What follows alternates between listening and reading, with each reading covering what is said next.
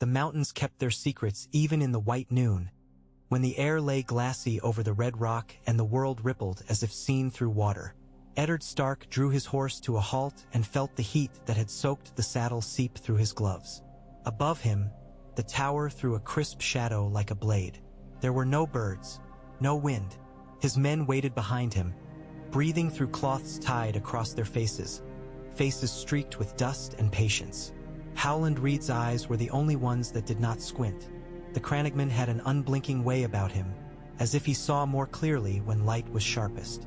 3 white cloaks stood at the base of the Tower of Joy, where a cedar had split the hard stone and sent a green plume over the low wall.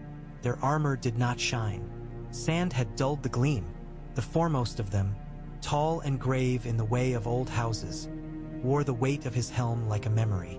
Ser Gerald Hightower watched Eddard approach with no alarm in him, no restlessness, the patient gaze of a man who had decided his own end and could not be frightened from it. "You have come late, Lord Stark," Hightower said. The words fell soft between the stones. "I have come as fast as I could." Eddard's voice sounded wrong to him, hoarse and foreign. "I'll pass, Ser Gerald." The second white cloak shifted. Ser Oswell had a face like a hawk, sharp-boned and tired. The third stood a half-step back, dawn strapped across his back like a stroke of frost. Ser Arthur Dane's eyes were as dark as deep wells, and as unreadable. "The realm is changed," Eddard said. He did not draw his sword. "King's Landing has fallen. The king is dead. Your oaths bind you to a corpse." "Our oaths bind us to the blood," Hightower said, "not to the madness that wore the crown." "That madness burned my father," Eddard said, and tasted the salt of words that had sat unspoken until they dried and changed. "He burned good men with him. The war is over." "The war," Hightower murmured, and turned his head as if he could listen to it falling away in pieces down the slopes, voice after voice dying in dust. "Some wars end, others only change their names." Howland Reed rode up to Eddard's stirrup. The crannogman never raised his voice. When he spoke, men had to lean toward him, and so they heard him. "We did not come to raise a tower," he said, "but to take a sister home." Arthur Dane's gaze moved from man to man and at last settled on Eddard. "There is a child within," he said. The words sounded like confession and challenge both, and for the first time there was something like a tremor in the day. A fly buzzed around the cedar sap, and the sap stretched and caught it and held it. "The king's blood runs in him. We are sworn to him." Eddard swallowed. "Sworn to whom, Ser?" "To my prince," Dane said, and the space of silence after that was narrow and very full. Eddard felt the ache rise under his ribs. The desert light had a way of picking a man apart, looking into the bone. "Rhaegar is dead." Dane's mouth tightened. "I served Rhaegar. I do not serve his death." Hightower raised his hand, a slow, careful motion. "He was born 3 days ago. His mother is inside. She asked for you, Lord Stark." Eddard slid from the saddle. The sound of his boots in the sand seemed too loud. He laid his hand on the pommel at his hip and left it there, not drawing, and walked toward the white cloaks. Went exhaled. "It is a bad time for vows," he muttered, and drew his sword in one motion, a practiced sorrow. Hightower did not move. "Hold," he said. There had always been the storyteller's weight in his voice. Stopped men. Even Ser Arthur paused. The air trembled around Dawn's hilt. Hightower's gaze did not leave Eddard's face. "We stood here when the ravens came with black wax and bad tidings. We know what has been done. We know what Lord Tywin has done. We know what songs are being written in the streets of the city. We are not deaf to the world's turning." He took off his helm and cradled it in his arm like a smaller head. He seemed older without it, the white hair damp at his temples, the face folded into lines that spoke of many winters. "We will not yield a prince to butchery. Will you butcher him, Lord Stark?" Eddard's mouth was dry. He thought of how he had found his father's sword on the cold stone, how he had carried home bones wrapped in linen like a babe laid to bed, how all things ended, some quickly, some with slow leaks. His throat closed. "I will not," he said. "By ice and by honor, I will not." Dane stared at him, weighing the words more than how they were said. The knight's eyes went to Reed, to Martin Castle, to Theo Wool, to dour men who had ridden with Eddard to the Trident and did not sing about it afterward. Dane listened to their faces. After a briefer pause than the gravity of it deserved, he nodded once. He reached over his shoulder and unbuckled the straps that held Dawn. He drew the blade very slowly, not for show, but as a man who knows each motion is a writing and wants to pen the sentence properly. "You will not," Dane said, and he stepped forward, the sword's pale length dropping to point into the sand. "And yet you cannot pass while we are sworn. Unless I break my oath by words, I do not mean, or you break it for me with blood." "I have no wish to fight you," Eddard told him. It was true. He could see in Dane the calm that all minstrels lose when they name it. He could see the shape of another life in the man, a harvest brought home, a child carried on his back through an orchard. But the world was as it was. "Send one of you inside," Eddard said, "to fetch my sister out. Leave two without. No more blood would be a mercy." Whence Jaw set. "Mercy is not ours to give," he said, but there was nothing arrogant in it. "We have very little left to hand out." Hightower watched the mountains, and the cedar, and the cracked cistern beyond the wall where the water lay dark as Essar. At last he turned back. "Sir Arthur," he said. Dane lifted Dawn as easily as a reed is lifted on a river. "I will do it," he said. "If ed. My prince will live, and it will have meant something." He stepped and the sand shifted and the world ran on rails laid ages ago. Rails men rarely see until an iron weight is already singing along them. Reed's hand brushed Eddard's arm, once only. Eddard drew his sword. He remembered pieces afterward. Sir Arthur's feet writing in the dust. The sound of steel like stone being struck. That great clean bell sound. Howland's low warning when Went moved to flank. The smell of his own breath in the helm. The bleached glare. He remembered the shift. The one moment when the pattern confessed itself and a path opened. Narrow as a needle's eye. And he took it because honor sometimes looks precisely like necessity. He remembered the way Dawn's edge glanced off his guard, the way his wrist almost failed, the way Howland Reed, small as he was, slid forward like a swallow and put his frog spear into Went's thigh so that Went crumpled with a harsh breath. Sir Gerald moved then, finally. Eddard never knew if Hightower meant to strike him down or to strike Dane's blade aside, to make an opening, to end something without ending everything. He would never be sure. It happened too fast to be learned. The white bull raised his sword, and there was a line of red down his forearm from some earlier nick, and his face was not the face of a judge, but the face of a man carried forward by his own old promises. Dawn hissed. Hightower's blade met it a finger wrong and half a heartbeat late, and Howland again was nowhere he had been. And Eddard's own steel found an opening a man like Dane should not have offered, and did. Sir Arthur fell as a man kneels at a shrine, head bent not in surrender but in acknowledgement. And Dawn made a plain sound in the sand like a winter branch laid down. Hightower stopped always like a horse trained on voice alone. Went's sword clattered as he hit the ground, biting off a curse to keep blood from swallowing his tongue. Hightower looked at Dane, and the seeing of it made him older in an instant. The sword in Hightower's hand dipped and did not rise again. "We are not meant to last," Hightower said. Eddard could not breathe for a moment. He stood strung on his own pulse. "Open the door," he said in a voice that did not feel like his at all. "Open it now." Hightower put his blade in the sand. Who knows whether it was oath or honor that made him move. He walked to the tower and put his hand on the old wood and pushed. The heat bloom inside met them, and a smell of blood and sweet herbs, and the sound of a child crying, thin and fierce. Willa, the wet nurse, looked up through the cloth at her shoulder. Her eyes were red-rimmed with lack of sleep. She might have been anyone's sister. She could have been a goatherd's wife as easily as a woman inside a story. "She asked for you," she whispered. Lyanna Stark lay on a pallet drawn close to the window where a cut in the stone sent a line of white across her. Her hair was a dark scatter, the color of wet earth, and her skin had a new translucence. She was not fevered. That would have been easy to see and to fight. She was failing in a gentler way, a kind of ebbing, She turned her head when she heard Eddard's boots, and her mouth pulled into something that meant to be a smile and didn't quite remember how. "Ned," she said, a breath more than a word. "Always so late. I'm here now." He knelt and took her hand. It was cooler than he'd feared and warmer than he'd hoped. "I came. You always do." She looked at him with an old mischief that flickered and went. "I made you a trouble," she whispered. Her eyes went to the child. "There." Willa brought the bundle and placed it in Lionel's arms. The child's cry had settled into a quieter complaint, the small furious sounds of newness. He was darker than Eddard had expected, hair black as wet ravens. His small mouth opened, a fish at air.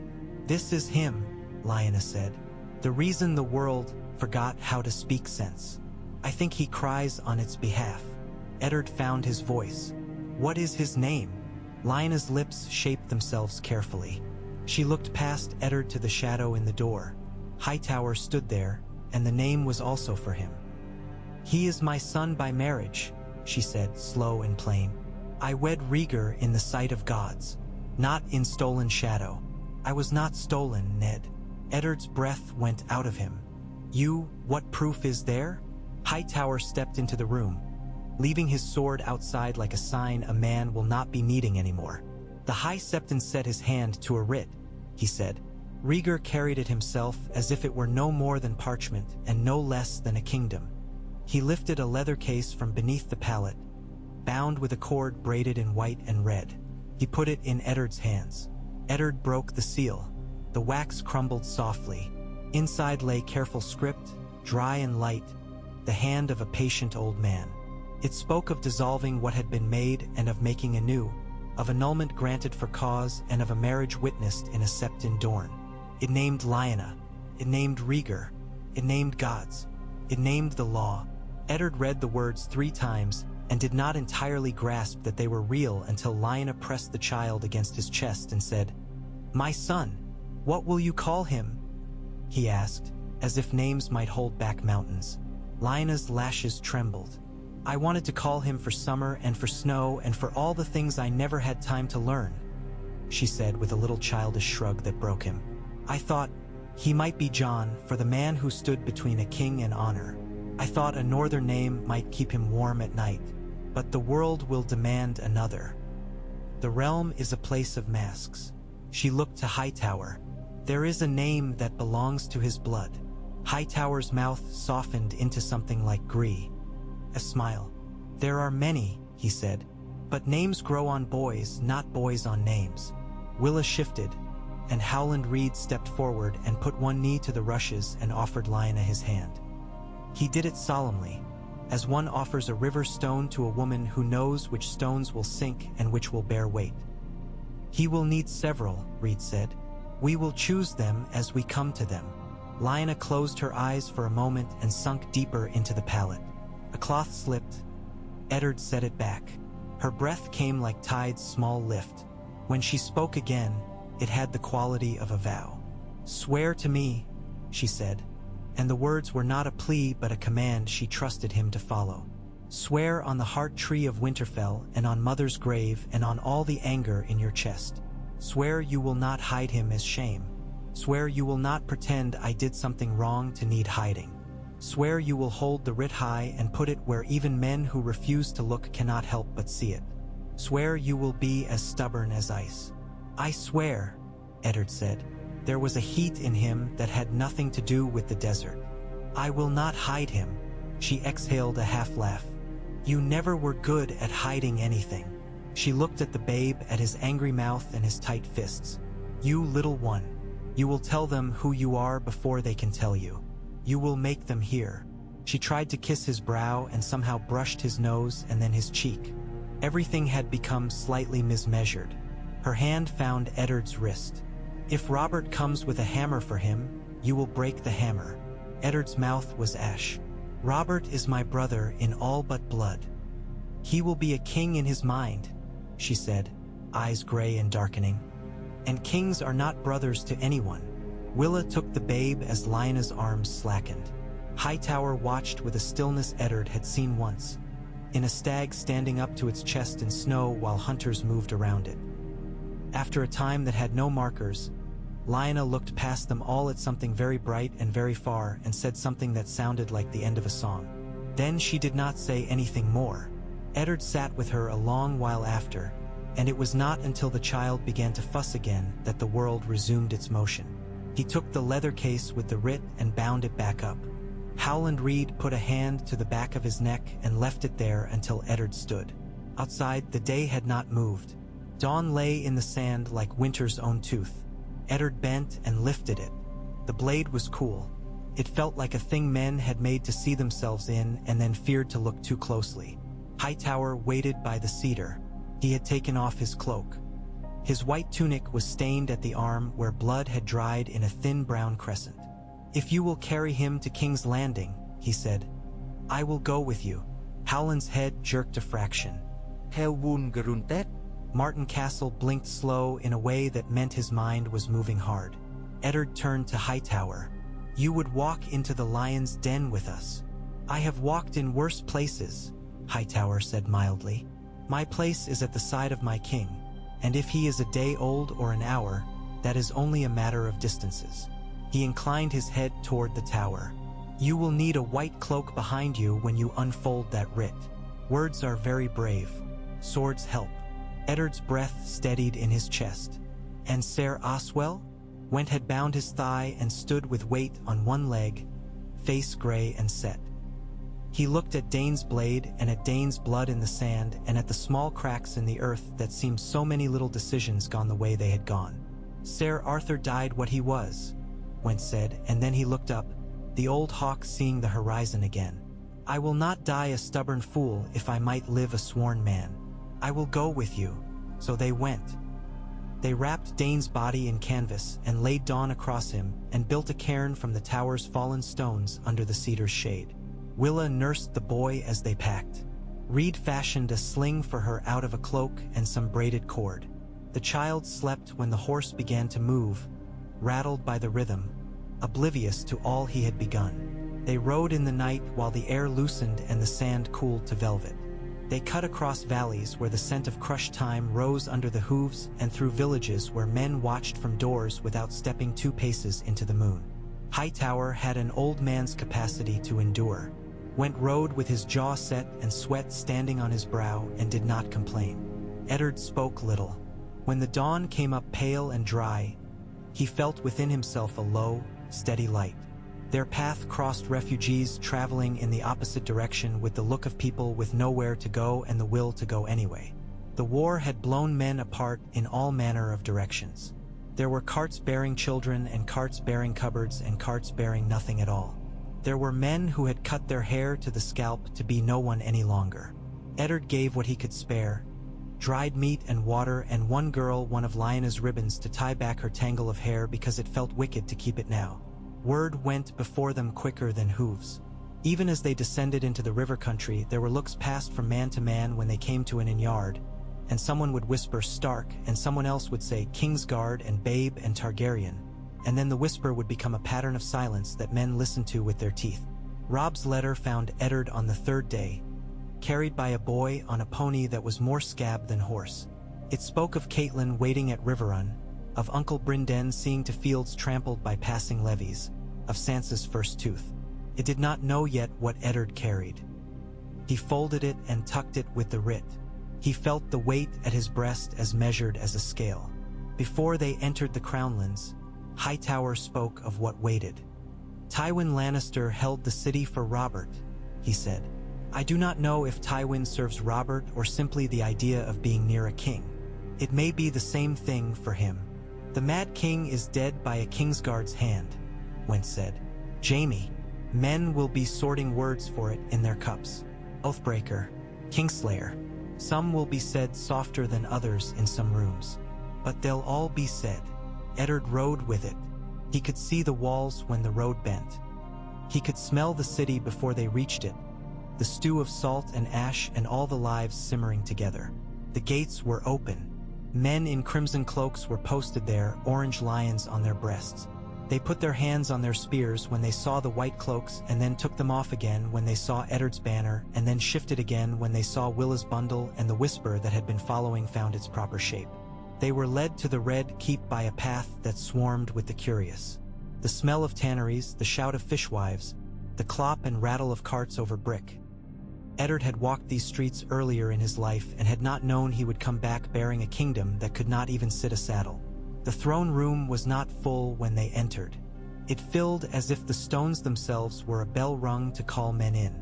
Robert Baratheon sat on the chair below the iron, 2 steps up from the floor, a broad man even with a sling binding his shoulder and purpled bruises at his neck. His hair was a dark tangle. His eyes were as blue as boys' eyes in a song, and as different from those as beer is from the river. Jon Arryn stood beside him, one hand on the chair as if it were something that could be tipped with a wrong word. Lord Tywin was there already, gold blazing in an economy that made it an accusation. Ser Jaime Lannister had not bothered to take off his gold armor. His face was tired, not contrite. Varys hovered near a pillar, silken, watchful. Grand Maester Pycelle's beard sat on his chest like a nest a magpie had built of hair and stolen threads.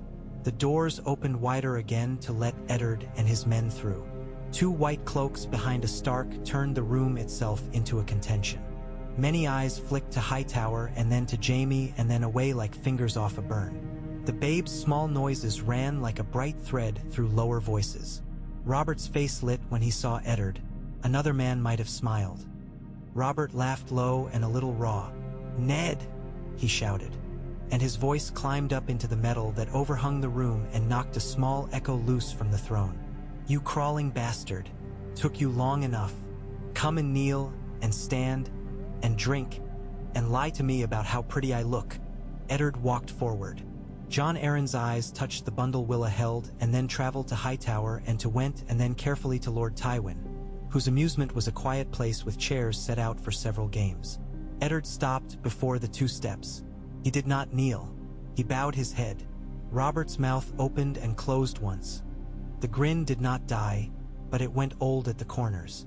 "You insolent stick," he said merrily, and something else moved under the word's skirts. "What is this, then? Have you brought me the head of a dragon? It seems smaller than I recall." "A dragon's head is always smaller than the roar," Eddard said. He forced himself to look into Robert's face and find the boy there who had thrown snowballs at ravens and had never once hit one and had laughed each time. He found him. He lifted his own eyes and drew the leather case from his breast. He held it up so that every man in the room who had ever read a writ could see the seals and every man who had ever paid attention to ink could make out the hand. "I have brought you the truth," he said. He said it simply, as one might introduce a guest a man had been refusing to meet. He handed the case to Jon Arryn. Arryn broke the seal with care and read quickly, and then slowly, and then again laying his finger along lines like a tutor's rod. He lifted his head. "This name's the High Septon's own hand," he said. "It says Prince Rhaegar's marriage to Elia Martell was set aside in law and right, and that he was wed to Lyanna Stark in a Septon Dorne. It names witnesses of the faith." A murmur went round like wind around a building. Tywin's face did not change. Jaime cocked an eyebrow and tilted his head minutely toward Cersei, who had come without announcement and stood at the edge of the crowd with her hair elaborated into summery net. Her eyes shone with something that wasn't joy. Varys's lips rounded in a little soundless O. Robert's jaw worked. "So," he said. The word came slowly as if he had to push it down a narrow passage. "So, my dear Ned, he did not steal her. He married her." His laugh this time was softer and less merry. "Does it make a whorehouse of our whole life if one door turns out not to have been a brothel?" Eddard did not look away. "He did not steal her. She made a choice and paid for it. You know how that goes."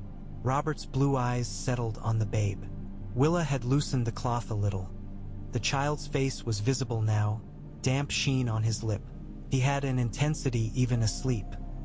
He had the look of a thing that has no use for easy lies but might be soothed by a hard truth spoken gently. "What is that then?" Robert asked. For the first time there was no show in him. He sounded simply tired and suddenly sober. "My sister's son," Eddard said, "and Rhaegar's, a lawful son, by this writ and by the faces here who will swear it." He was born in a tower because the world isn't careful about where it sets down its important things. His mother asked me to bring him before those who would call him bastard and name him. She asked me not to hide him. And what would you have me do? Robert said carefully. He turned his head toward John Aaron and away again, to Tywin and away, to the iron chair that sat above them all like a forged threat. Hall, I lay my crown at his feet. Shall I take my hammer, such as it is, and smash it flat as a griddle and fry eggs on it? You do not wear a crown, Eddard said. Not yet. He spread his hands. They were rough, and he was glad of that. Rough hands didn't shake as much in rooms like this. We stand in a hall where oaths have been made and broken until the iron took more blood than any man. The law says what it says. The boy is heir. The realm can make something wise from that if it wishes. Tywin Lannister's voice came like a coin dropped on a table where other men were telling stories they had told too many times. The law, he said, and his mouth shaped it as if it were a thing that could be weighed and found wanting. Which law? The law that sent a king north with an army to drag rebels' bones through the snow? The law that says a Lannister's men should be punished for entering a city unbidden, even when they come in time to keep it from going hungry on its own blood. Law has many faces. He looked at the babe as a man looks at an interesting tool. And this one is very small. Hightower stepped forward. He stood just within the line that men imagine when they ask themselves how close they dare move to Lord Tywin. This one is a king, my lord, he said. Your opinion of his size is as nothing. Jaime laughed under his breath, a sharp little coin of sound. White cloaks, he said to no one. Two of them who remember themselves. A marvel. John Aaron's face was a careful plane. The boy's legitimacy is not in question, provided the writ is true, and we have those who can swear it so. The question is practical. The realm is scorched. The small folk are hungry. The Reach's banners are still waiting for a word to go home. The North will follow Stark's lead. The Riverlands will follow Tully. The Rock stands ready to march at Lannister's will. The Stormlands are Robert's, and he is the man whom the armies follow now, for good or for ill. We must decide to make a peace that can hold. Peace, Robert said. He rubbed his hand over his face. I went to war for Lyanna.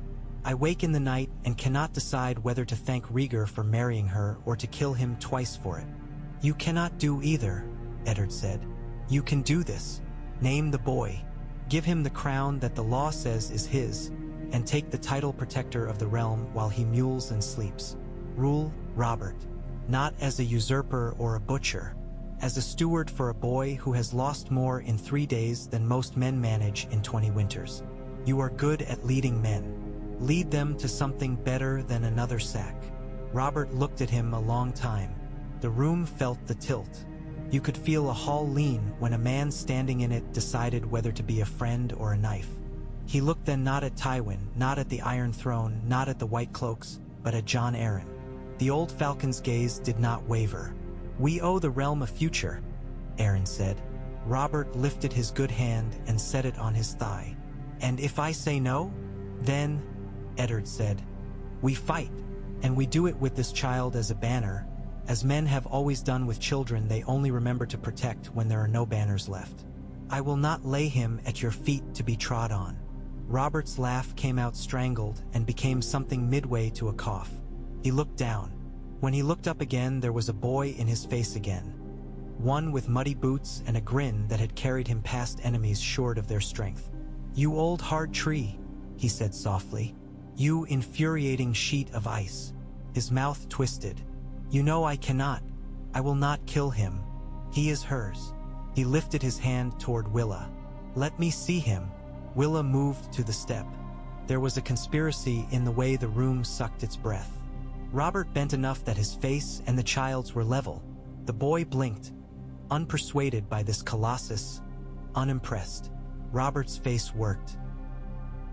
He has your hair, he said to Eddard, and for a moment the room heard a different voice, one that had shouted across frozen lakes and laughed at snow on its mustache. And my temper, I think. Eddard felt his own mouth pull into something like a smile. He will need it. Robert drew back. He looked up once at the black patient iron that rose behind him, and then he made a sound like metal itself being set down. "You will need a regency," he said. "You will need a council that will not cut its own throat trying to drink. You will need a hand who can make the sums add up when everyone else is busy swaggering. We will need a protector," John Aaron said. Robert's jaw set with a visible fight and then eased. "I will be protector," he said. He looked at Tywin as he said it, and Tywin looked back at him, and the two men weighed each other and found something they each could tolerate. "For now. I will carry the hammer when it must be carried, but I will not be king of something I took." He pointed at the child, and the finger shook once and steadied. "He will be king. We will say it and not choke on it. Is there anyone here who would like to argue that a babe who can't yet keep his own piss off his belly should be made a villain? Speak up." "I'm in a charming mood." No one spoke up, or rather, many spoke at once, and the room filled with the sound men make when they arrange themselves around a decision as if they had wanted it all along. Lord Tywin stepped forward one pace and bowed, very slightly, each inch speaking to the rooms he had ruled in for decades. "House Lannister will sit the council and contribute to order and debt," he said. "We will require some proofs that the boy will not turn on us when his teeth come in, but I have seen infants rule men better than grown lords before. It will do." "Then we are agreed," John Aaron said in a tone that did not invite anyone to say otherwise. "Let the High Septon be sent for." Pycelle made a choking sound. "Alas! An unfortunate demise. He perished during the sack." "A new one then," Robert snapped. "They are. In the September like beetles. Find me one who believes in something other than his own hand. Gods, I am tired."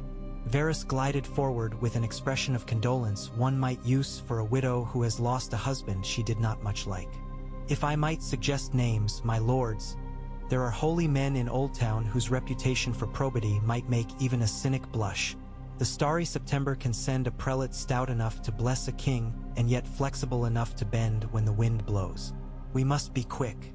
Rumors have less room to breed in a day full of trumpets." Robert waved his hand as if shooing a fly. "Do it, Spider. Fetch me a man in a hat who can say that he sees the gods' hands in all this." He held up his hand to stop the next murmur. "And send for Dorne." He lifted his chin. "Send to Sunspear. Send to the Tyrell's Rose Garden. The world must be shown that this is not one house dividing spoils as if it were cutting a cake." "Dorne," Tywin said, something almost like humor in the word. "They will be gratified to learn that Rhaegar did not cuckold their princess but only replaced her. Forgive me if I do not expect a bouquet of dates and doves." "We will give them justice," Eddard said.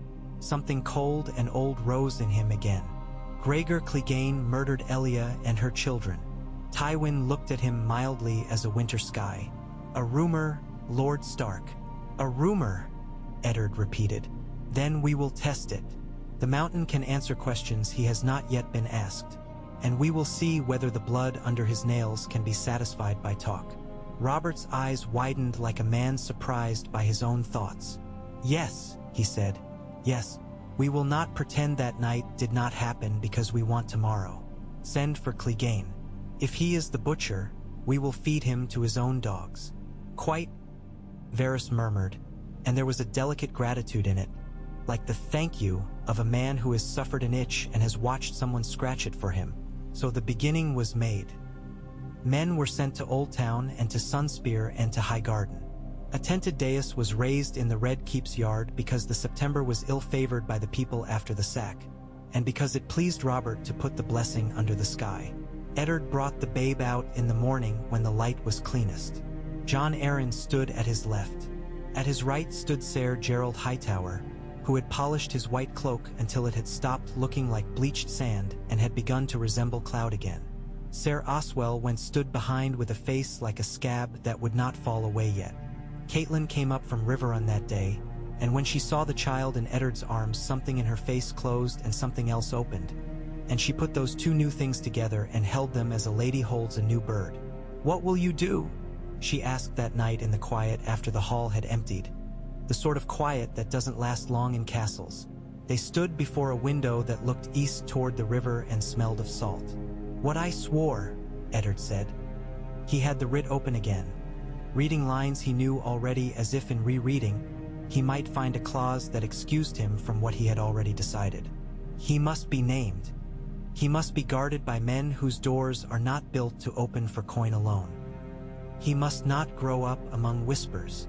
Caitlin turned her head so that her hair slid over her shoulder like water. "You will be his, what word? Lord Regent," he said slowly, tasting it as if it had a flavor he could not place. "Robert will be protector. John Arryn will be hand. I will stand where they need me. And Winterfell?" There was no reproach in her voice, only a careful inquiry, as if she were laying pieces on a board, not yet touching any too firmly. "Robb is growing," Eddard said. "Bran is too small. We will not abandon it to a steward with tired pockets. I will send men I trust. Benjen will stand there for a time. Or," he stopped. The map inside him rearranged itself. "Or Benjen will ride to the wall where his restlessness can be put to better cause, and I will call home men who have spent too long at the Mander and the Trident. Our own roof will not rot." Caitlyn's fingers, at rest on the sill, moved and stilled. "And this child? Will he be a winter guest? Even kings require fires." Eddard did not look at her. "He will sleep in the Red Keep," he said. "He is the realm's son now. The place that should keep him safe from all of us is the place where men will keep their eyes on their own hands when they reach toward him." Caitlin nodded. He thought of all the things he could say to fill the space after that nod, and chose silence instead. After a time she reached out and, with an expression so neutral it must have cost her, touched the sleeping boy's hand with the side of her finger. The child's fingers closed around it. She shook her head very slightly, as if disbelieving the smallness of the fist or the strength. On the day the new High Septon arrived from Old Town, the yard smelled of crushed rosemary. Lord Tywin had suggested it to sweeten the crowd, and Lord Varys had arranged for boys to scatter sprigs before the dais. The holy man was stooped and small-eyed, with a face that looked carved to be mild. He listened to John Arryn lay out the narrative in the formal style, and to Eddard read aloud the writ, and to Ser Gerald stand forth and say that he had stood witness at the Septon Dorn and would take judgment from gods and men for lying. He listened to Willa, who had carried the infant through the red nights and white days and did not need to be coached on how to speak of the first cry or the cord cut or how Lyanna had said a name with her last strength. He listened to all of this, and then he lifted his hands and said that the gods would bless any child whose mother had loved him so plainly. He spoke Lannister's name and Tyrell's and Martell's with equal weight. He blessed Robert as protector. He sprinkled water on the babe's brow from a rose-shaped silver bowl and named him with both names that had been chosen, the one that would be used in the ledgers and the rolls and the one that would be murmured in northern rooms. "J. Harry's John," he said, and the yard made a sound that held laughter and worry and solution. The babe sneezed and made the crowd laugh in earnest and broke the tension like a string. Trumpets sounded. Banners dipped. Men who had drunk each other's blood at the Trident shouted, and for a moment it seemed that the sound might be the same.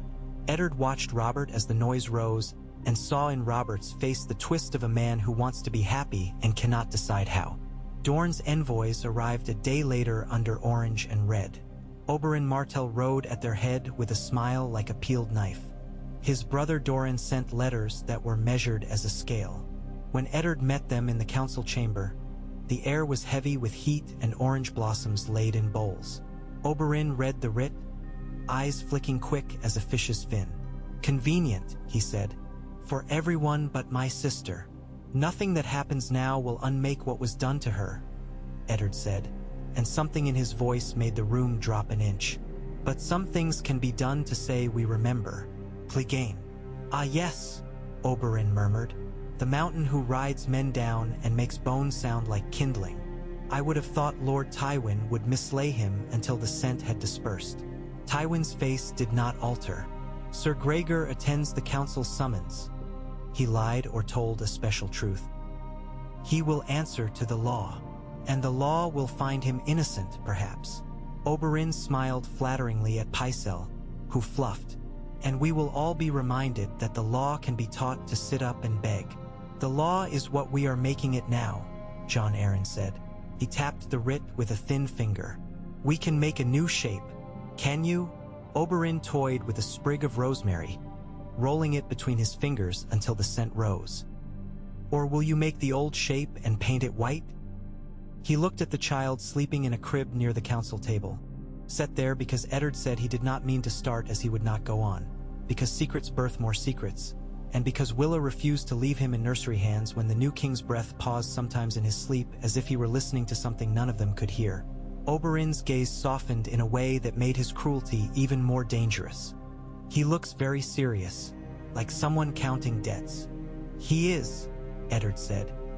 He is owed a great deal. They would meet for hours to arrange how the boy's person would be guarded. Gerald Hightower took back the white cloak of Lord Commander that he had laid at the foot of the Iron Throne the day Aerys died, not because he wanted the post.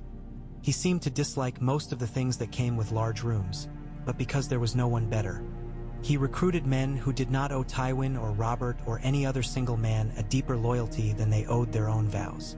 Ser Barristan Selmy, summoned by Raven, rode into the yard and dismounted with a relief that looked like shame worn thin. He took his place in white again, went bowed out and retired to the Riverlands under a cloud, his knee falling to swelling in the heat. I have made enough oaths, he said to Eddard in a stone passage where the river wind made cold fingers around their ankles. I will keep one in quiet now. Cersei Lannister's eyes followed the child whenever she was in the room. She watched Eddard with the look of a woman who had ruled too long in the space of her husband's disinterest. Everyone wanted a position near this new son. The Tyrells sent gifts that smelled like green fields. The Riverlands sent wheat by the barge. From the Iron Islands came silence, which was a kind of warning. On a morning of thin cloud, Stannis Baratheon came up to the Red Keep from the harbor where he had been receiving reports of Dragonstone. He looked as if he had been starched and left to dry in a cold wind. He saluted Eddard with a short economy. I am told, he said without preface, that we serve a babe. We serve the law, Eddard said. Stannis's mouth made a soundless grimace. The law serves men, Lord Stark. It is a sword men use on each other and then pretend it is the metal that thirsts. What do you propose? Eddard asked, because it often happened that you learned a man by the shape of the thing he wanted and the way he asked for it. Stannis's jaw worked like something grinding nuts. Dragonstone held for the crown. I held it because I am a man who holds what he is given to hold until he is told to drop it by a man who outranks him. Now you tell me that the crown is an infant's birthing cloth. Very well. Say this child is king. Then say what you mean to do with his one house that is not yet Ash. Do we send for his aunt who wanders Essos with a mad gilded brother? Do we bring Targaryens home like cats to the dairy and are then surprised when there's no milk left? We bring home what will make the realm whole, Eddard said, or we let it remain in pieces until it becomes nothing at all. The girl was born after the sack. Do you propose to hunt her for having a father? I propose that if she returns, men will rise beneath her banner because some men will always choose a memory over a meal. Stannis's face was utterly without decoration. I propose we at least learn where she is. Varys smiled as if there were a little cup of sweet wine tucked behind each of his teeth. Leave that to me, my lords. Birds fly far, and if one is netted, there are always others. Eddard did not like relying on men who smiled like that. He had learned that you did not get to choose your instruments all the time. He nodded. At night, he would go down to the nursery and sit on a stool beside the crib and watch the boy breathe. He would tell him things in a low voice, as if the child could hear and judge. Your mother laughed when she ran. He would Aye. She tripped once on her skirt and tore it and laughed more. She loved to ride bareback and hated when men told her that was not for ladies, so she did it more. Your father. He would stop there because he would not make of Rhaegar a saint or a villain, and he did not yet know what mattered to say. After a time, he would continue. Your uncles will teach you to be stubborn in all the wrong ways. Your aunt by marriage will teach you to sip from cups while watching mirrors. I will teach you to look at a map and see not just where roads go but what bends in them mean. The child would furrow his brow and sometimes seem to make a decision and then let it go and sigh. On the day Gregor Clegane came to answer questions, the Red Keep felt an old breath come up from its foundations, something like an exhalation of stone. Lord Tywin arranged it so that the mountain would be questioned in a hall where lords could witness and also where the windows looked west. Eddard brought in men from the Riverlands who had seen what had been done to Elia's children. Oberyn sat like a man at a play he has been waiting to see since he was 13. Clegane stood with his shoulders like house beams, his eyes sunk in a face that might have been cut with a shovel. He answered to his lord's name and his father's with the humiliating speed that comes of being used to doing what you are told. When asked where he had been on the day that Elia Targaryen died, he looked confused and then slow cautious. "In the city," he said, "doing as I was told." "And who told you?" Jon Arryn asked. "My lord," Clegane said, and looked at Tywin and then at a space very near Tywin as if learned caution were a belt worn too tight. "My captain. It was war." "War again," Oberyn murmured. There were other questions. There were other answers. The pattern was as Eddard expected. No man had been foolish enough to give Clegane words that could be repeated in a hall such as this.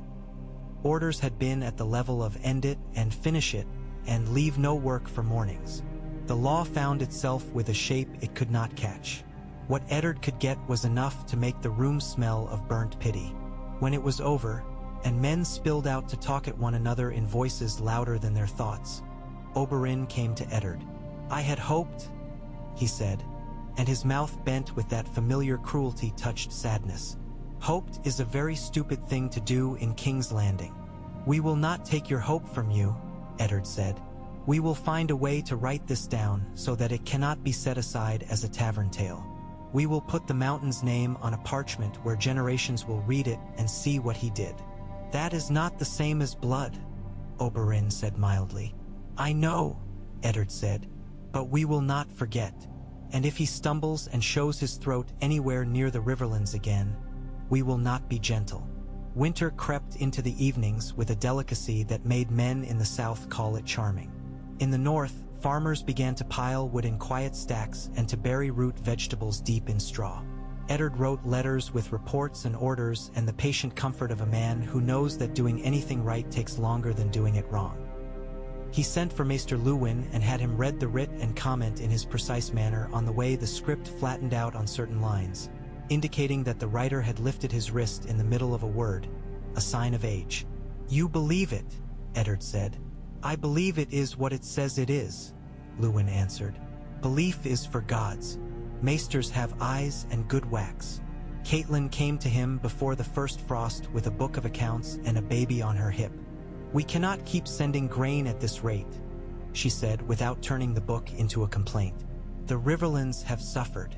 We have our own mouths. The Crownlands cannot feed the city alone," Eddard said. "I will speak to Tyrell.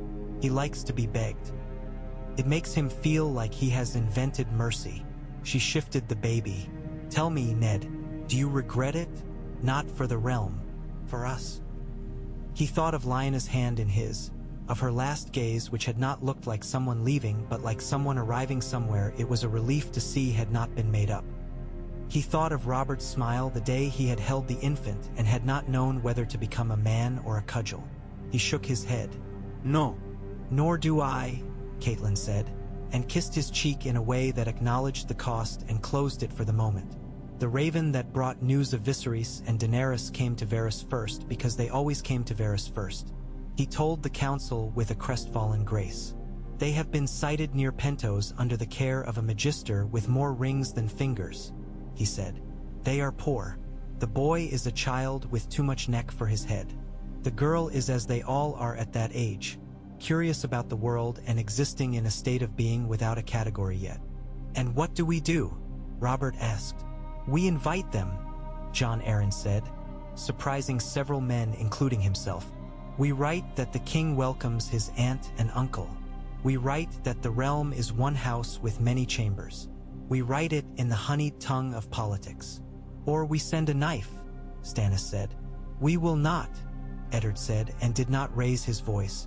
"We will not build a peace out of ghosts." If they come, we will find them places where they can do little harm and perhaps some good. A prince can become a master of books as easily as a master of ships. A girl can marry into peace. We can use things that are not the sword." Varys's head tilted a little, like a bird's. "A radical approach," he murmured. "How very northern." "Say instead," Hightower put in, "how very old." There was a time when we did not answer every question with an axe. So letters went eastward, sealed with 3 colors of wax. So riders went west and south with news and promises. So the new king grew slowly the way only a baby can grow, in a place where men would build monuments out of his breaths. He was not an easy infant. He snarled when he woke, and he liked to hold on to a finger with seriousness. He had the trick of quieting when Howland Reed came to sit by him in the afternoons. Reed would tell him stories about swamps and long reeds that sang when wind moved through them, and about frogs that could be eaten whole and tasted like little clean things. The child would listen as if being told the secret name of color. In the north, the snows arrived early and laid an arm across roads. Benjen Stark, who had never found the right pitch to his laughter in crowded rooms, wrote a short letter from the wall and said he had found a place where jokes are kept under the snow for spring. "There is a cold," he wrote, "that is not like ours. It is not just the absence of heat. It is the presence of something else." Eddard read the letter twice and looked out the narrow window toward a sky that had gone clear, as if it had been washed overnight. He felt, as he sometimes did, that there were other stories moving beneath this one, dark fish traveling deep. On a night when the wind pushed the shutters and Willa had a fever and the king had teeth like little mirrors, Eddard sat up with him. He paced the room the way men have paced rooms with children for as long as there have been rooms and children. He murmured. He counted steps.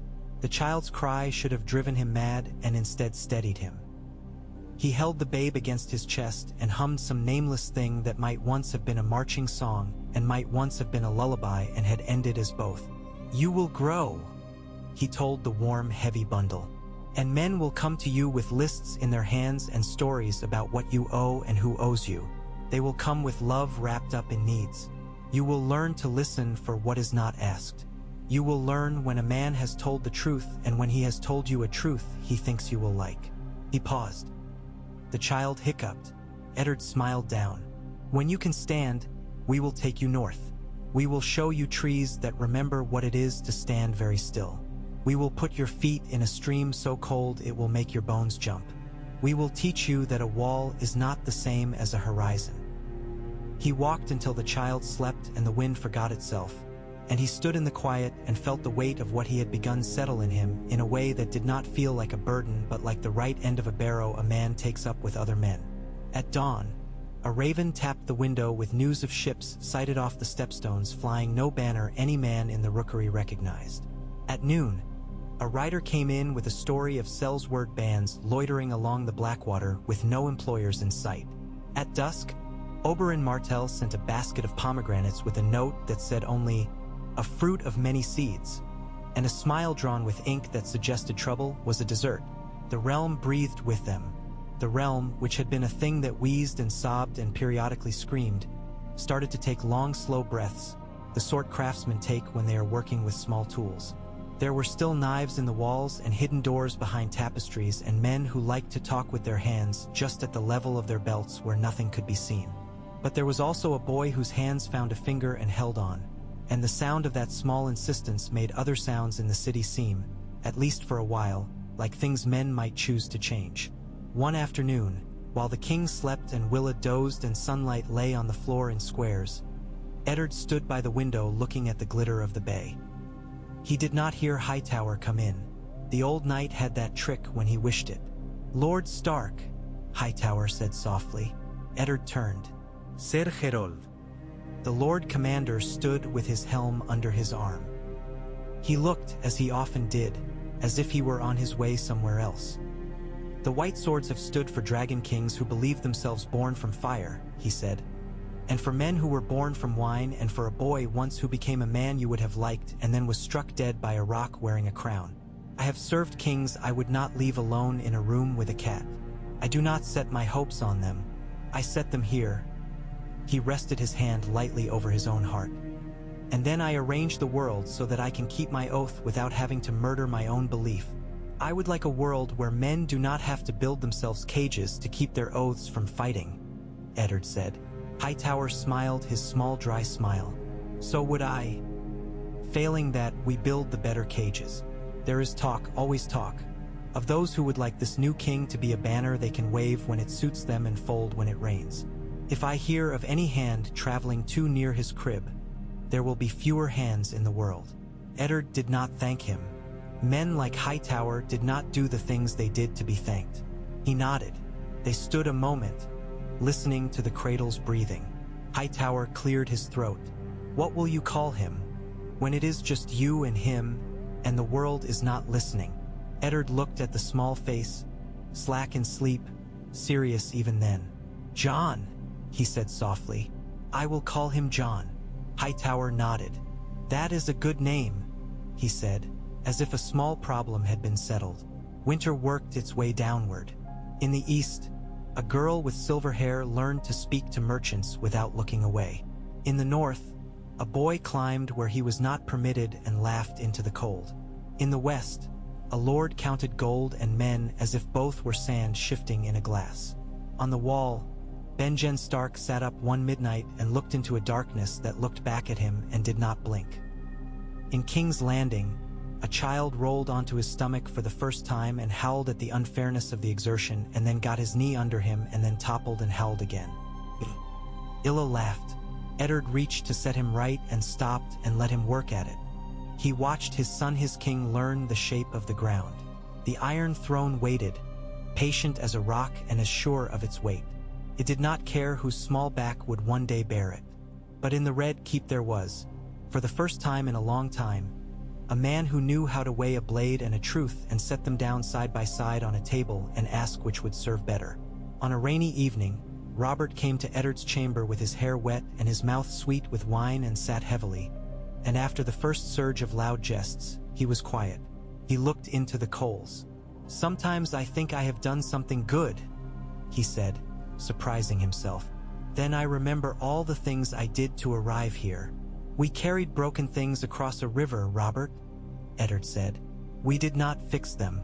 We did not break all of them, either. Sometimes not breaking something is the first good thing you can manage. Robert snorted. Philosopher. He rubbed his face. Do you think he will like me? He will think you are loud, Eddard said gravely.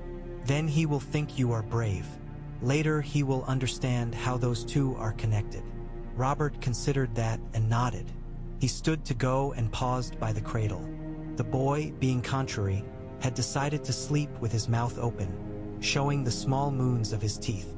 Robert's hand moved as if to touch his brow, stopped, moved again and brushed hair aside. He looked at what he had elected to protect, and then he left without the swinging of elbows that his exits usually wore. Eddard stood alone in the hush and picked up the map that had become his bedtime reading. It was full of roads that had not been there a year ago and of names that had shifted allegiance as easily as farm geese shift direction when the wind changes. He traced the northern coast with a finger. A drop of water from his sleeve fell and spread like a small sea, distorting the border for a moment, and then soaked in and left the line as it had been. He set the map down.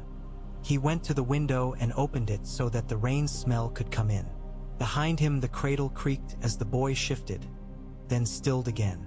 Eventually, Eddard closed the window. He banked the coals. He lay down on the pallet at the foot of the bed he used when he refused, stubbornly, to lie soft while others lay hard. He closed his eyes and dreamed of a tower, and a cedar, and the sound of a child crying so fiercely that it woke stones. Morning came, it usually did, and the work of telling the realm who it had chosen to be began again, in the ordinary ways. A letter written, a guard posted, a meal shared, a promise kept, a promise delayed, a choice made between two goods with a knife as sharp as any used to choose between two evils. Out beyond the walls, the sea breathed and forgot and remembered, the way seas do. In a nursery that men entered more quietly every day, a child grabbed a thumb and refused to let go. He had not yet learned the words that would be used to tell his story, and so he made do with the language his body knew.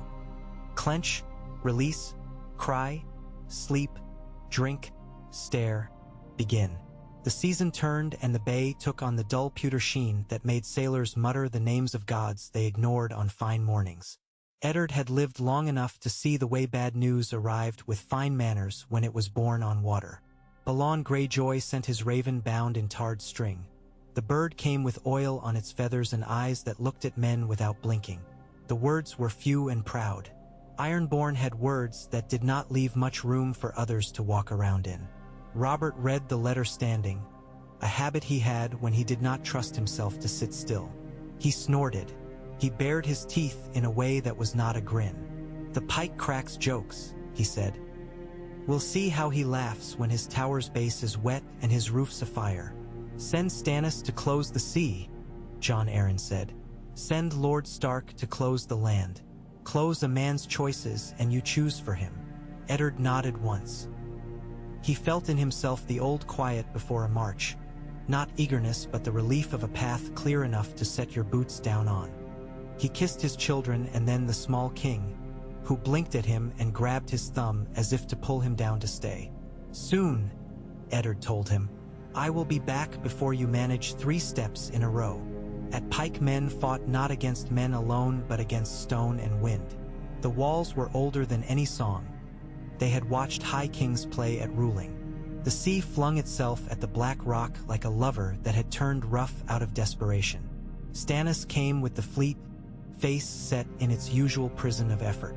Storms hammered his masts and he hammered back. Teeth clenched on orders until they became rope and sail and motion. Eddard rode with men from the Mander and the Trident and the North, a column sewn together with oaths and iron. He let Robert ride ahead when they reached the coast because sometimes you had to let a storm spend itself.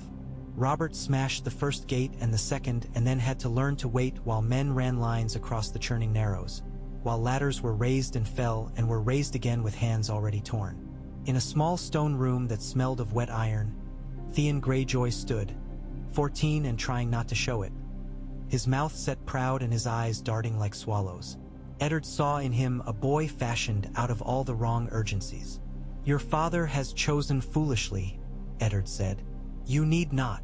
The boy lifted his chin, looking in that moment more like a child than any since Jaehaerys Jon had been born.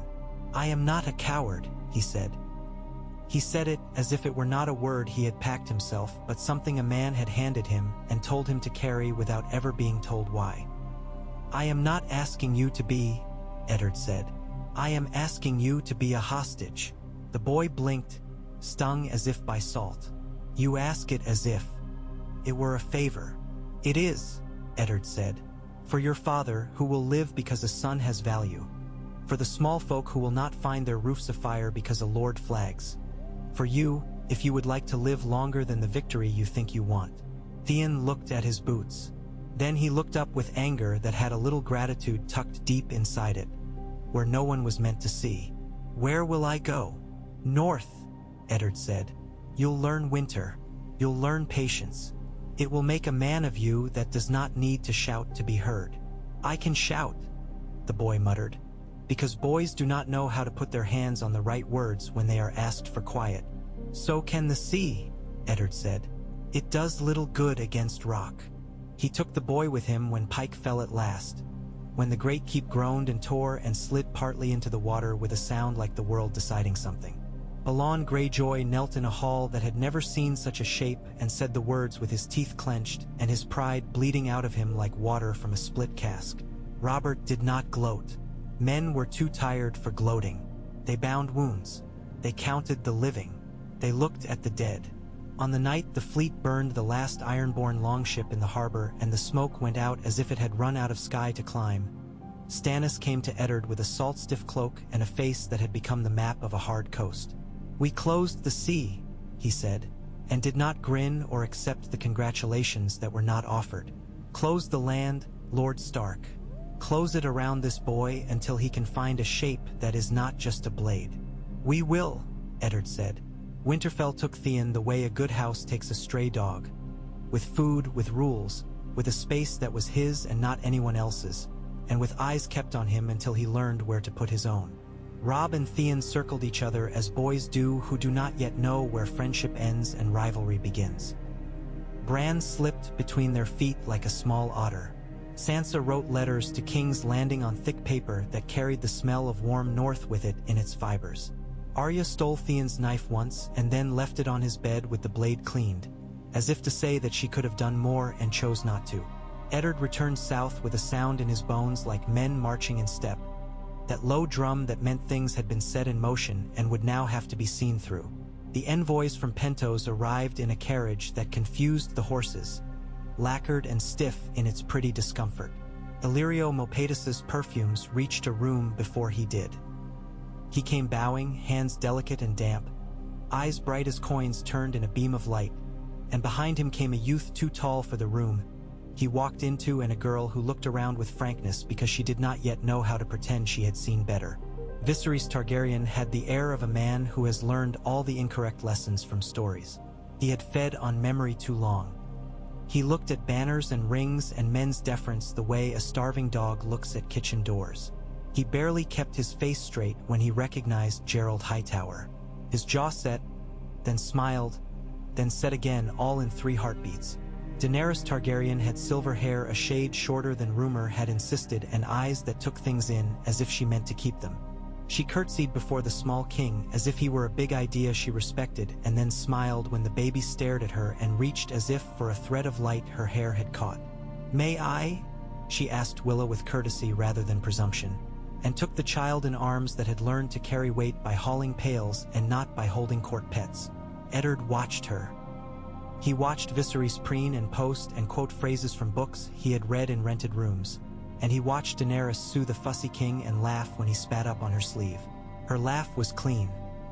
Some sounds in the Red Keep were not. "You are welcome," Jon Arryn said in the audience hall they had chosen because it felt less like being observed by iron. "We would have you safe. Safe is for those who never had their safety taken," Viserys said, too quick. "We would have our rights." "You have them," Eddard said. He said it plainly. He wanted, for once, to put a word down that could be stepped on. "Dragonstone is yours, Prince Viserys, by grant of the crown to the last Targaryen who held it. It will be held in ward for this king until he is grown. You will reside there as his uncle and counselor. You will receive an income appropriate to your station. You will attend court when you are called like any lord. You will not raise banners without writ. You will not sell the castle stones for stories." Viserys' mouth worked. He swallowed insolence and thought he had swallowed a sword. "And what of my sister?" he asked, and Eddard watched his glance toward Illyrio, quick as a minnow. "We are Targaryen. We wed among our own.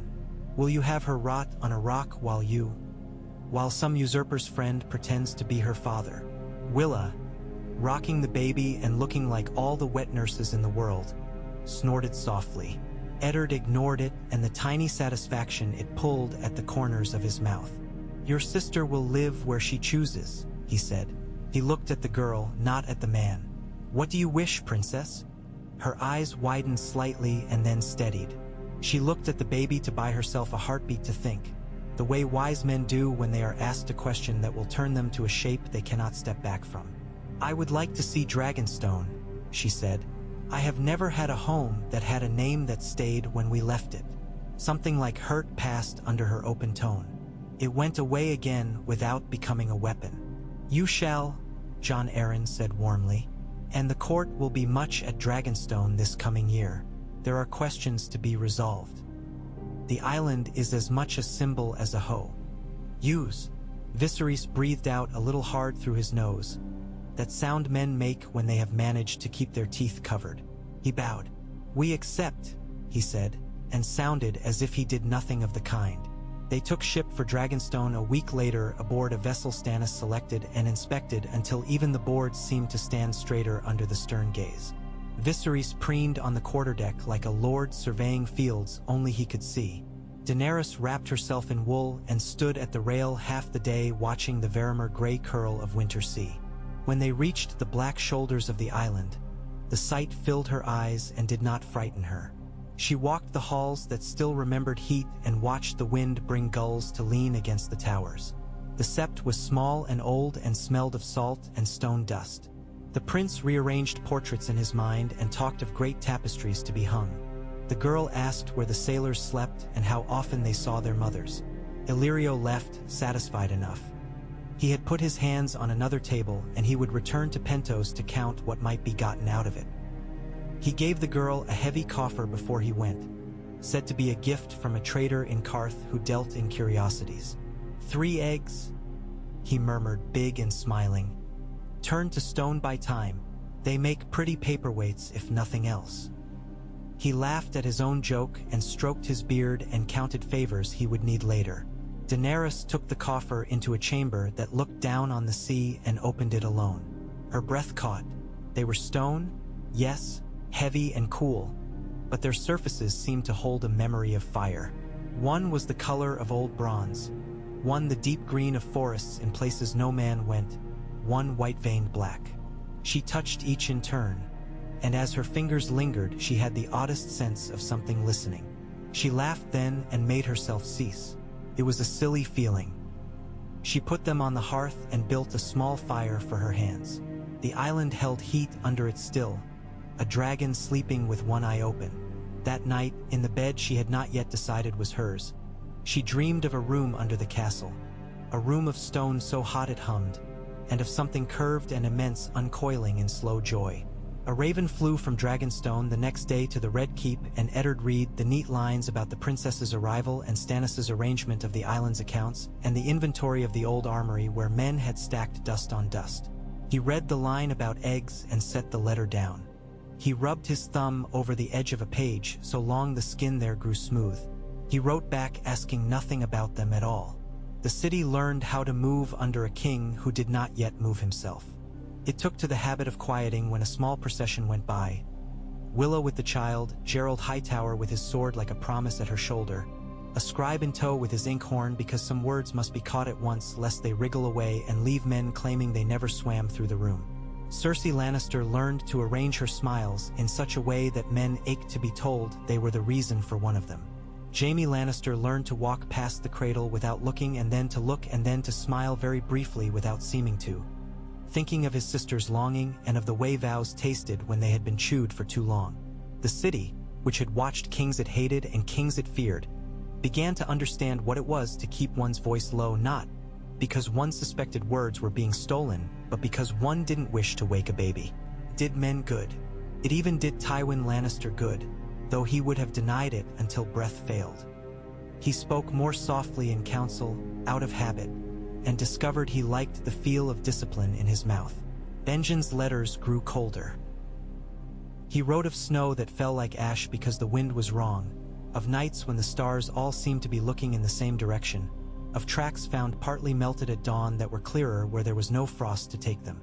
There are whispers, he wrote once in his small, step-sturdy hand. They say things long dead are walking again. Men always say that when they are afraid. I am afraid, and I do not say it lightly. Eddard sent men. He sent food. He sent oil. He sent what the wall always needed and had always not had enough of, because a wall is a thing men agree to have and then forget to feed. He wrote to the Citadel and asked about obsidian as if it were a taste he had developed. Samwell Tarly, a boy who spent more time in the library than in his father's gaze, wrote a thoughtful reply about where obsidian could be found and what men had thought of it in other times. He wrote with a tremor at the end of his words that suggested excitement or fear or both. Eddard sent his letter to Dragonstone with a note to Stannis and a smaller note to Daenerys that thanked her for sending a drawing of a gull by one of the island children, which she had done without thinking it mattered. Winter stepped closer. The king took 3 steps before he fell on his face and then sat up and laughed at himself, delighted by the clean lesson of the ground. He took 4 steps the next day. He began to say words one at a time as if choosing stones to skip. Water, he said, and then, in the same breath with surprise, fire. On a fog-knitted night on Dragonstone, when the wind made the little bells along the parapet lines whisper, Daenerys went walking under the castle. She had dreamed of it enough that when her feet turned the corners, she did not startle at the rightness of it. She found the chamber with the heat, She found the pattern in the floor that felt as if it had been set by hands that expected to be remembered. She brought one of the eggs and set it in a bowl that had once held water and had forgotten how. She sat and listened to her own breath and to the castles. She dozed and woke and dozed again with the egg under her palms. When dawn came thin and pale down the vents, she felt a change under her fingers like the first stir of a babe under a mother's hand. A small pushback that said a world was forming its own intention. She did not move. In time, there was a hairline crack. It was nothing at all. It was everything. She laughed, and the sound went into the stone and came back new. It took days. It took patience she had not known she had.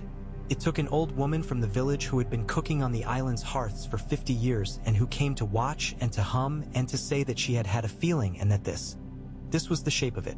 Stannis came once, stood at the door too proud to enter, and left a cask of oil and an awkward order that men bring whatever tools were needed, and then did not look back when he went away.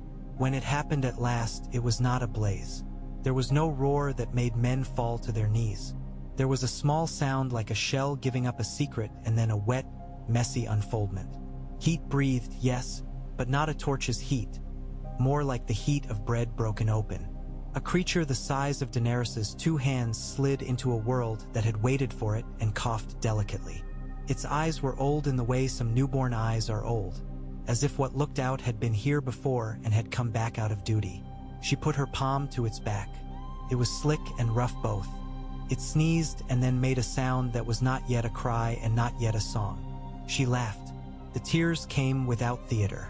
She brought the other 2 eggs down and laid them in the bowl and waited again. Stannis's men whispered at the doors. The old woman hummed. The island woke. The first letter went out by Raven as soon as Daenerys could bear to take her hands off the little creature. It went to Eddard Stark. "I am not sure what to say," she wrote, scratching with care because her hand shook. "But I think something that was asleep is awake again." He read it and closed his eyes and put his head in his hands and did not pray because he had never known how, but he thought very hard about all the lives he was holding.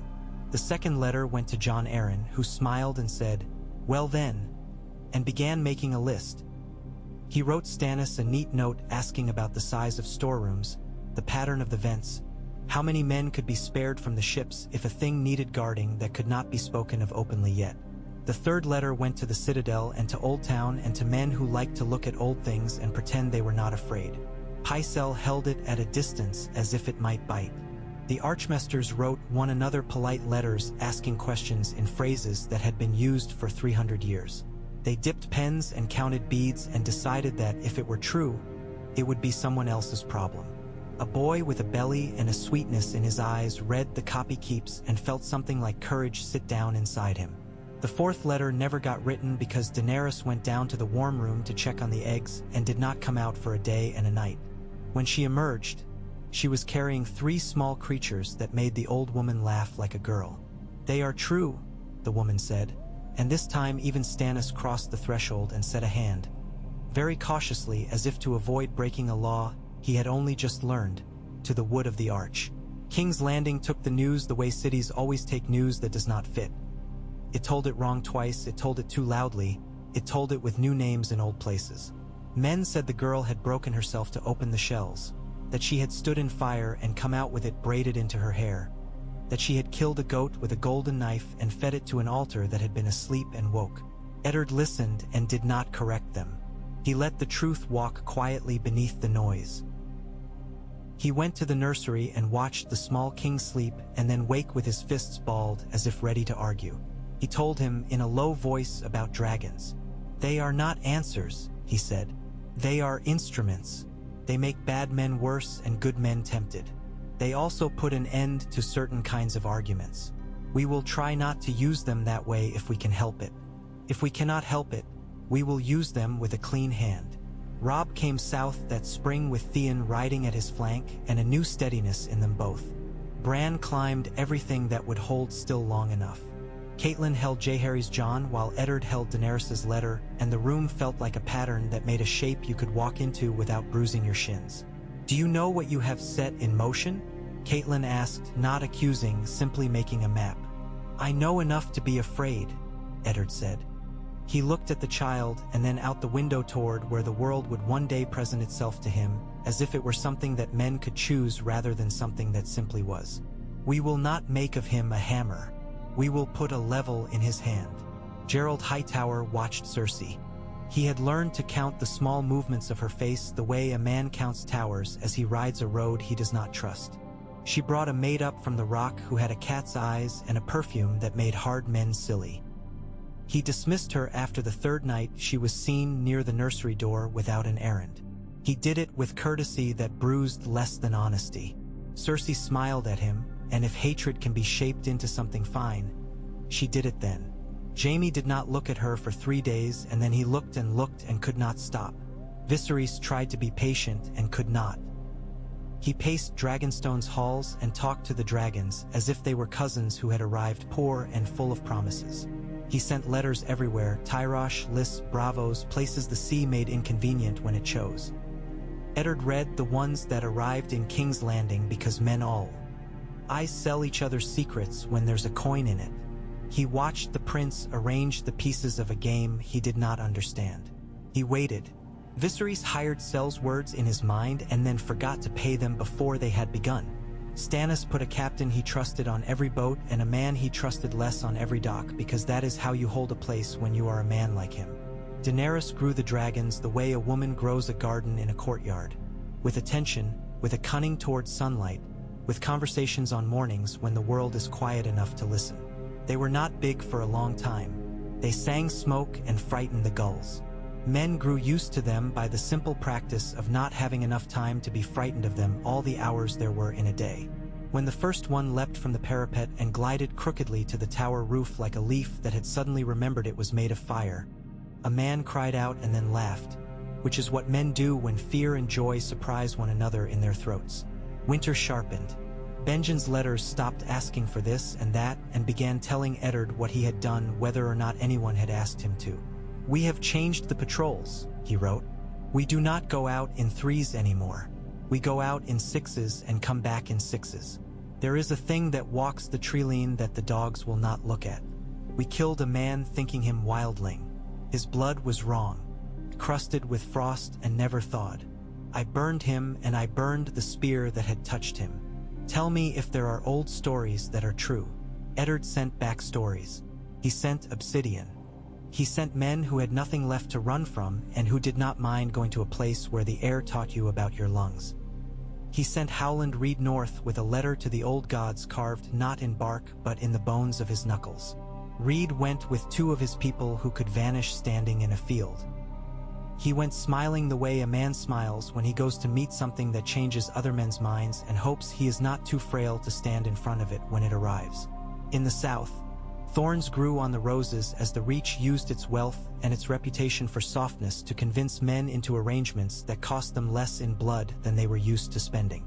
Marjorie Tyrell came to court with sweetness and eyes like pale green confidence.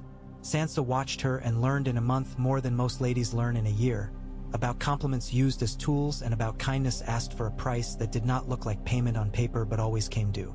Lord Tywin aged 10 years in 2. He hid it well. He found himself in rooms where his gold could not make the air move as he wished. He adjusted. He taught men again how to pronounce Lannister as a fact rather than a threat. He watched the small king grow and measured him anew each season. He found the boy a puzzle he could not solve with the tools he preferred. He kept looking for a lever and found only hands, small and holding. Cersei played pieces she had told herself were not pieces. She brought a witch from the west one night and sent her away before dawn with coin and a wound that would not knit properly. She sent a soft boy with golden hair to a squire's bed because she wanted him near the king and near the kitchen doors and near the places where words get said when men think nothing is listening. Gerald Hightower moved him out of the palace kitchens the day after the boy forgot where to bow. Cersei turned her rage into patience with a skill that made Jaime admire and fear her both at once. Oberyn wrote letters that smelled of citrus and blood. He found a man in the mountains beyond the Mander who had once ridden with Gregor Clegane and had then run away because he could not sleep without seeing what he had done. He brought him south under a cloak of anonymity that lasted exactly until it suited him that it should not. He set a time. He challenged Clegane as the law allows men to challenge when the law has exhausted its proper tricks. Men came to the yard with the same silent focus they had when the king was carried by. There are days when the realm breathes together whether it likes it or not. Gregor Clegane was a mountain. Oberyn was a knife and a song both. He danced. He spoke. He cut. He bled and smiled at it. He put the mountain on his knees and then on his back and then stepped clear when the big man fell, because only fools stand looking at a thing that is still falling. He knelt beside him and put a spear point to the cord in his neck and whispered something only the dying and the gods heard. When it was over, Dorne breathed out a long, quiet breath they had been holding since the sack. Oberyn walked from the yard without looking at Tywin. He went to find a pomegranate and to eat it in the garden as if it were just that, and not a sentence he had been writing with his life. The king had his first fever that winter, and men who would kill without blinking flinched when Willa's voice rose once from the nursery, a sound like a tear torn from cloth. He lay hot and bright and then cool and indrawn and then hot again. He thrashed in a way that made Eddard feel as if his own bones had become rods that could be stretched and made to sing. Daenerys came from Dragonstone and sat with him and with Willa in the quiet between dozes. She told him about wings in the window and about how the smallest of the dragons had learned to catch moths without falling into the brazier. He calmed at her voice, which was not magic any more than bread is magic when a starving man eats it. It was simply what he needed. When the fever broke at dawn and the child's eyes opened and he frowned as if discovering he had been tricked by his own blood, men laughed under their breath and went to break their fast with hands that did not shake. "Is it always like this?" Daenerys asked Eddard in the pale morning. "The fear, you carry it as if it were a siu. You are determined not to spill." "It is," Eddard said. "If you do not carry it, you drop your burdens and they break." She nodded. She went back to her dragons with eyes that had learned a new weight. Viserys chose his moment badly. He gathered 10 men whose loyalty was to coin and to a fantasy they liked to wear when they slept. He tried to slip one of the dragons onto a ship in a crate labeled with a lie. Stannis had a man on the dock who could smell lies like fish left too long in the sun. The crate was opened beneath the open sky. The dragon inside made a thin, desperate sound and flared a wing that struck the air as if it were striking a man. Stannis stood and said, in a voice pitched like winter, "You will not." Viserys sneered, because when you have nothing and you are offered a mirror you will sneer into it, so the face that looks back at you is the enemy you understand. He cursed Stannis and the island and the gods and whatever power had let him see the castle he had wanted and then made it never his. He raised a knife because he was a fool. Stannis did not flinch. The knife clattered to the stone. The prince went to his knees because a man who followed Stannis and who had once broken horses for a living had stepped behind him and made sure he did. Daenerys came up at a run. She kept her voice very level. "Brother," she said. She said it with care, as if the word might ring oddly if she did not. "Go. The narrow sea is wide enough for your temper." He looked up at her. He had never liked her more than in that moment, because she had finally become something he could fight. She turned away and he broke for the boat that he had believed was his. He went to Lys because a man in Pentos had said there would always be a place for a prince to be adored there if he were handsome enough and ready to be tragic. He was both. He lived on there one season and then another in rooms that smelled of pink powders and faint rot. He put his hand in the wrong purse one night and did not wake with it. Later, men told the story of a prince who had squandered a crown he had never held. It did no harm. It did no good. In a hall in King's Landing, a girl with silver hair fed a dragon and did not write to him again. The wall sent a raven at night with a flap that sounded like an argument. It said, "Come." It said, "Now." It said nothing else, because the boy who had written the first word had dropped the pen when a horn blew and had not picked it up again because he had picked up something else in the same breath. Eddard called council by bells. He stood and spoke without paper. "We have always thought the wall was a story we put children into at night so that they would come back at dawn to warm beds. It seems we have been the children. We will grow." Robert levered himself from his chair like a stone that had decided to roll. "I will ride," he said, and Eddard shook his head. "You will hold the south," he said, not tentative. And for the first time in a long time Robert did as he was told by a voice that had not used a crown to raise itself. John Aaron will arrange supply. Lord Tyrell will open granaries and stop counting long enough to feel pride. Lord Tywin will do as he always has and send men in red who think they own the field. We will take them and teach them to love the snow. Daenerys came from Dragonstone with 3 small shadows that had begun to be wings. She stood before the small king and looked at Eddard and at the old knight and the young ones and at Robert and at the men who made the world move. "I will go north," she said. She said it as if she were saying, "I will go into a cold room and I will strike flint until there is warmth because that is what is needed and no one else is doing it. If the old stories are true, fire will be wanted. If they are not, we will at least learn that while there is still a world left to learn it in." Eddard looked at the small king. "He goes nowhere until he can sit a horse for 6 hours," he said. "I will go. He will come when it is time for a king to be seen." They rode north.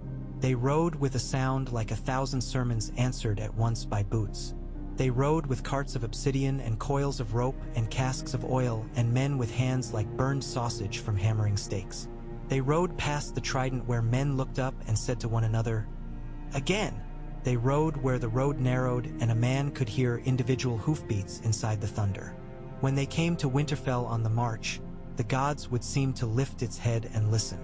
Eddard stood under the heart tree with Howland Reed and with men who had been boys here and were men because elsewhere someone had been a boy with them. He put his palm on the rough skin of the gods and said nothing because some trees do not need words. He kissed Catelyn's hair and put his forehead against hers and took the smell of her deep. He knelt and kissed Bran's brow and told Arya to be unkind to no one who did not deserve it and told Sansa to be kind even when men did not. He clasped Robb's forearm and then drew him close like a boy because men do not always know which shape they will need a memory to be in. They rode on. The air went thin and then thinner, not just cold but clean in a way that felt like judgment. The wall rose. It did not impress by height alone. It impressed by indifference. It had stood before men argued about whose father had stolen whose horse. It would stand when their arguments were dust. Jeor Mormont met them with a face weirdered by cold into a mask of stubborn.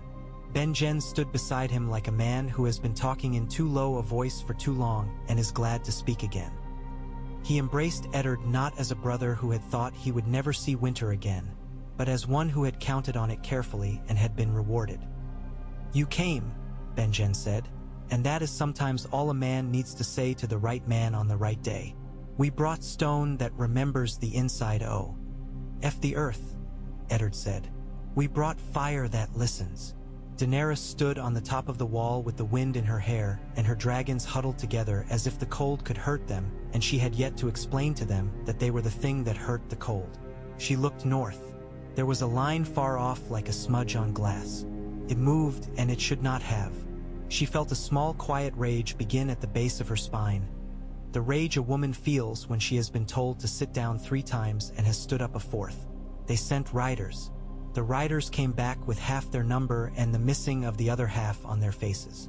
They spoke of things that walked without breath in their chests. They spoke of blue eyes that made men forget the names of their mothers. They spoke of a cold that had nothing to do with weather. Men who had made jokes at fires made fewer. Men with hands that had killed before looked to their hands as if expecting them to answer questions about what they would do next. Eddard asked the old stories what they had meant when they had called the long night a winter that forgot how to end. He asked the builders how far the traps ran in the snow beyond the wall, whether there were places where the earth remembered how to break. They chose ground. The gift had fields that could be made into bowls. Bowls make edges, and edges make decisions. Howland Reed went into the reeds beyond the White Knife where men did not go and came back with ones who were not men and not women, who moved differently and spoke a language the throat cannot shape if it has forgotten how to do certain things at certain ages. They came quietly. They once had had another name. They had had many. The Crannogmen called them neighbors and did not make a point of the long pause between the letters. They looked at Daenerys's dragons with old sorrow and new hope both in their eyes. "You will not like what this costs," one of them said in a voice like pine needles underfoot. "But you will like less what not doing it costs. We will count it as we pay it," Eddard said. We will not pretend to have bought something we have not. They set the obsidian as if setting jewels into the earth. They laid oil in long lines. They made cords that could be pulled by men lying flat in drifts. Men accustomed to laughing at careful plans learned not to. The first time they saw the blue ranks at dawn, they stopped thinking they had things to teach. Eddard stood with his sword not because it would bite where it needed to but because sometimes a man's own hand is a better instrument than any he can ask another to lift. Benjen stood on his right. Daenerys stood on his left. The three dragons perched like thoughts on the ruined crenellations of an old watch post beyond the first line of pits. They shivered, and their shiver was heat. The wind came and went with little news to tell. The sky did not bother to be dramatic. It sat above the field and watched men prepare to be exactly what they were about to be. The others came without sound and with a sound both. It was like snow slid off slate. It was like knives in a velvet sack. The first line broke because the earth opened and said, "This way," and they fell. The second touched oil that woke like temper. The third came on without mind enough to fear fire. Then the ones with eyes that remembered choices stepped forward and made the air hurt. Daenerys lifted her hand and spoke not in a word of power but in a tone of command she had used on sailors and on dragons and on her own breath when it ran too fast. "Now," she said softly. The smallest dragon leapt as if pulled by a wire from the sky. Fire came not as a tide but as a line. It ran clean. It wrote across the field. It met the old cold and made a noise like wet logs finding out their own nature. Men cried out, some because they hurt, some because something in them had been carried for too long and was finally being set down. Another made of a man's intention to live forever stepped toward Benjen and brought a sword down that should have cut him in half and would have, if Howland Reed had not been where he always managed to be. Somewhere else and exactly right. Reed pulled something from a spool around his wrist, a line fine as river reed and sharp as an old heartbreak. He slid it along the blade. It sang. The blade unraveled. The thing holding it looked at Howland in a way no man had ever looked at him, and then fell apart into nothing that could be found afterward by a shovel. Men fought. Men who had only ever fought other men learned that there are enemies that do not curse you when you wound them and that this is worse. Arrosant. Obsidian bit and then broke in hands that grieved breaking and did not stop to mourn. Fire forgot to lick and learned to bite. Dragons tired and then found other heats. The line of blue flickered. Eddard saw where it would fail or hold. He climbed onto a cart because sometimes height is worth dying for. He shouted. Men heard him as if the wind had made way for his voice. He sent one group left and one back and one into the pit that had been half filled by drift and would now be covered. They moved like men who had been waiting to be told what they were for. The thing that had been men's fear for generations came for Daenerys then. Not because she was fire, but because she had become a figure around which fire gathered, and that is the thing such cold seeks. It moved as if it had learned men long ago and had not been impressed. It swung and the wind tore.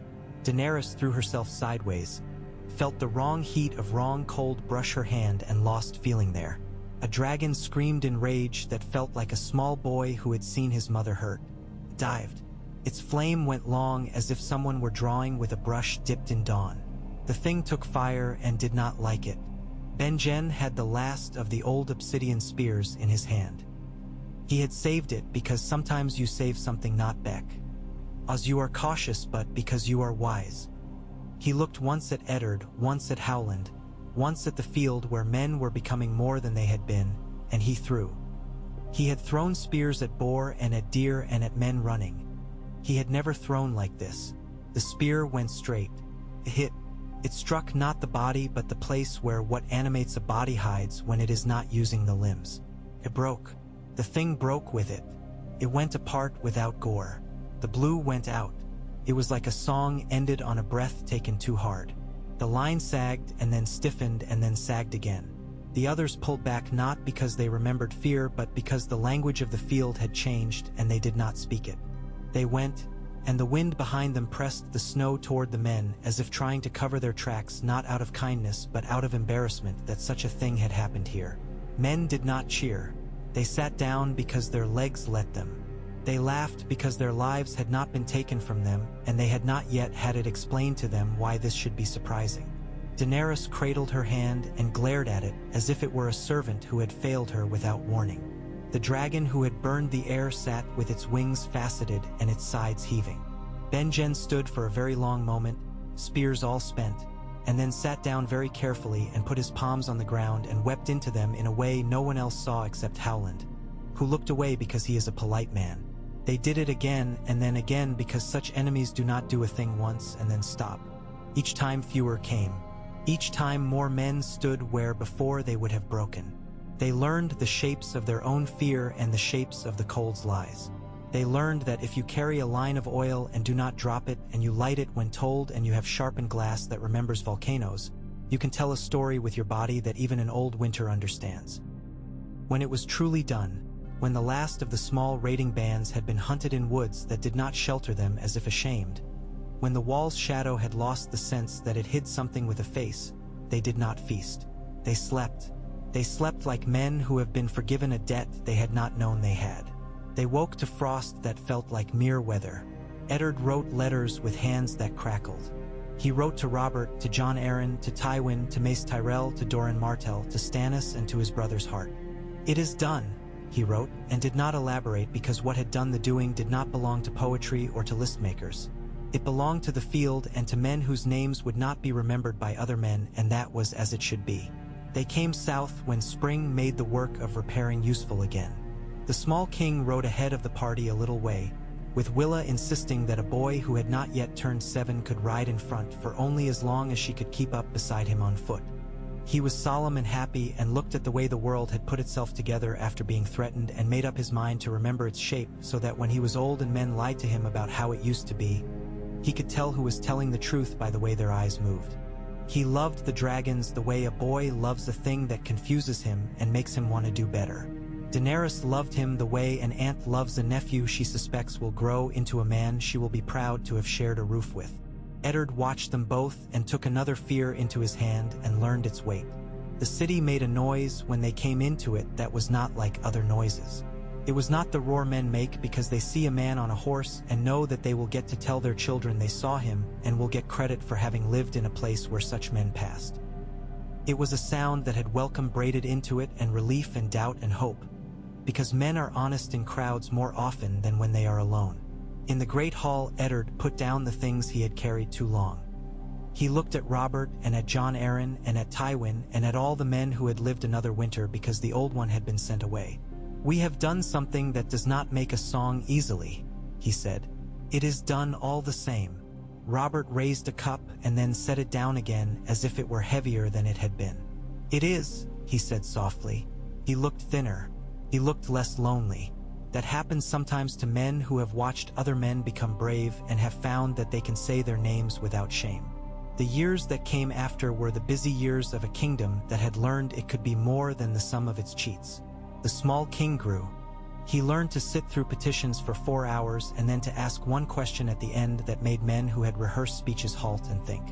He listened to small folk with his head tilted like a boy trying to hear water underground. He learned, because Eddard refused to let him learn otherwise, how to hold a sword and how to sheath it when the sheathing cost him pride. He learned that Tywin Lannister's advice was sharp as a whetted stone and as inclined to remove skin if not held with care. He learned that Mace Tyrell's hospitality could be used to bind men more efficiently than bonds written in wax. He learned that Stannis's bluntness was a gift men returned unopened at their cost. He learned that Jon Arryn's patience was not softness but a discipline that made chairs hold a man without his knowing it.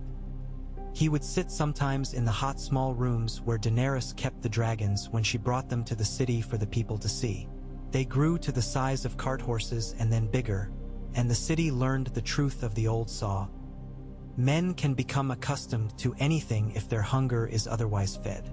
He stroked them as if they were enigma and flint. He did not try to claim them. I did not try to ride before it was time, which told men who watched him more about his fitness than anything else he did. When he turned 13, the small folk brought flowers to the gate and no one told them to leave. When he turned 14, He walked the fish market and ate a fry that had been pulled from the river half an hour earlier and laughed when the oil burned his lip. When he turned 15, he asked Sansa to ride with him beneath the walls, and she did, and they did not talk about marriage because both of them had learned not to put a name on something if the name would make it smaller than it was. When he turned 16, he asked Daenerys to fly a circuit with the dragons over the city, and she did. And the shadow her dragon cast went over the Iron Throne like a hand laid upon an ill child's brow. Cersei watched a future arrive that did not contain her in the center. She reacted the way a woman reacts when told that the room she had set up for herself would now be used for something else. She tried poison once and found that the old knight's nose was better at smelling almonds than hers. She tried a knife once and found Jaime's hand on her wrist and his face saying without words, "No, not this way, not with me watching." She tried patience and found it chafed. She died as so many do, quietly, in a bed, of something that gave her time to imagine other lives she might have had if she had made different choices. Men said 100 clever things about her afterward, mostly untrue. Jaime put a hand on the white cloak he had cleaned and folded and kept and wept where no one but the old gods could count tears. Tywin died at the rock of an illness that took him like a messenger he had always known would knock at his door but had hoped would be delayed by his reputation. He died clean, with his accounts in order, with letters written to the men. He hated telling them not to be foolish after he had gone because he did not want the realm to be left to fools. He gave the boy king a sword none of the Lannister sons wanted to keep because it was black and red and had belonged to a name that meant fire to them. The boy took it and did not love it. He set it in a rack and looked at it sometimes as if to remind himself what it meant to hold things you did not love, because the world was better when such things were held by you rather than by men who would. Jon Arryn died, as all men do, and the realm mourned him as if it had lost the river that had made the fields. Robert did not wither. He married a second time after a pause long enough to be respectful and short enough to be honest. A widowed lady with a strong back and a good laugh who liked to lay a fire herself on cold mornings. Cersei's children were his on the rolls and in the rooms where men pretended to believe what needed to be believed. He loved them as men love children who do not remind them too much of themselves. Joffrey grew into a boy who bit because no one had taught him that not biting could get him more. Myrcella grew into a girl who made rooms beautiful by standing in them and then used that beauty as a tool instead of being used by it. Tommen grew into a boy who liked cats, and no one tried to teach him not to. At 17, Jaehaerys Jon, who was called Jon by the men who had survived winters and Jaehaerys by those who loved the sound of rules, sat the Iron Throne for the first time without Eddard standing at his back. He had repaired the chair where he could. He had filed down a point that had taken men's skins too often for no reason other than that it had been set thus by an angry smith. He had not dulled it. He had made it honest. He listened to a man from the Fingers tell a story about a broken weir and a lord who would not pay for its repair because the weir belonged to a fisherman whose grandfather had stolen blue dye. He listened and then leaned forward and asked what the blue was for, and the man told him, surprised, and he smiled and said, "It is a good color. We will have more of it." The lord paid. The weir was mended because men wanted to be in the room when the dye came. He did not burn men for disagreeing with him. He did not shrug when men lied. He learned to stand as long as his subjects and then a little longer. He learned to see the trap inside the gift. He learned to forgive the foolishness that comes from hunger and to punish the foolishness that comes from arrogance. He learned to delegate and then to check. He rode north the year after to see the wall again because he owed it that much and more. He stood on top of it with Howland Reed and with a boy from the Citadel named Samwell who had come to bring a glass candle and to watch the way the air moves when there are no lies in it. He looked out. He saw night standing where it should stand. He breathed in as if breathing in were a thing one could take vows on. He turned to go and saw Benjen looking at him with something in his eyes that was not quite pride and not quite fear. It was the look men get when they see the future standing right where the present ends. "Will you always be this stubborn?" Benjen asked. The king smiled. "I will try." When he came back to the city, he stopped at Harrenhal and stood in its burned belly and put a hand to the stone that had melted and then cooled like a sea caught cold. He thought of dragons and of what they had done and of what they had undone and of what it meant to be a boy whose aunt could call fire like a woman calls a cat. He wrote a letter to Daenerys that night and told her he would not be riding any of her children unless there was need that only wings could meet. She wrote back, "You are wiser than your name. Still, when that day comes, if it comes, you will not have to ask twice." It did come. Not from the north, from the west, from the sea. A horn blew out of the stepstones one summer noon with a note that made men's teeth hurt miles away. It had been found by a man with only one eye who had always a pirate's imagination and now thought himself a king. Euron Greyjoy had heard of dragons the same way children hear of cakes in bakeries they have never been inside, with desire and without caution. He blew the horn because he liked the way men jumped when he did things. He did not stop because stopping is for men who like to measure outcomes before they begin. The horn cracked the air and pulled at a dragon over King's Landing, the smallest, the quickest, a creature that had loved Daenerys because she had fed it meat and looked it in the eye when it was ugly and did not look away. It turned mid-flight and went west with a scream that made children clap their hands over their ears. The city panicked the way anthills panic, with a competence that looks like chaos from above. The king shouted to be brought his horse and then remembered and shouted to be brought something faster. Daenerys stood on the tower roof and watched a line drawn in the air by a call no one had sent. She did not hesitate. She took wing with the largest of her children, the one that knew her well enough to know this was not a game.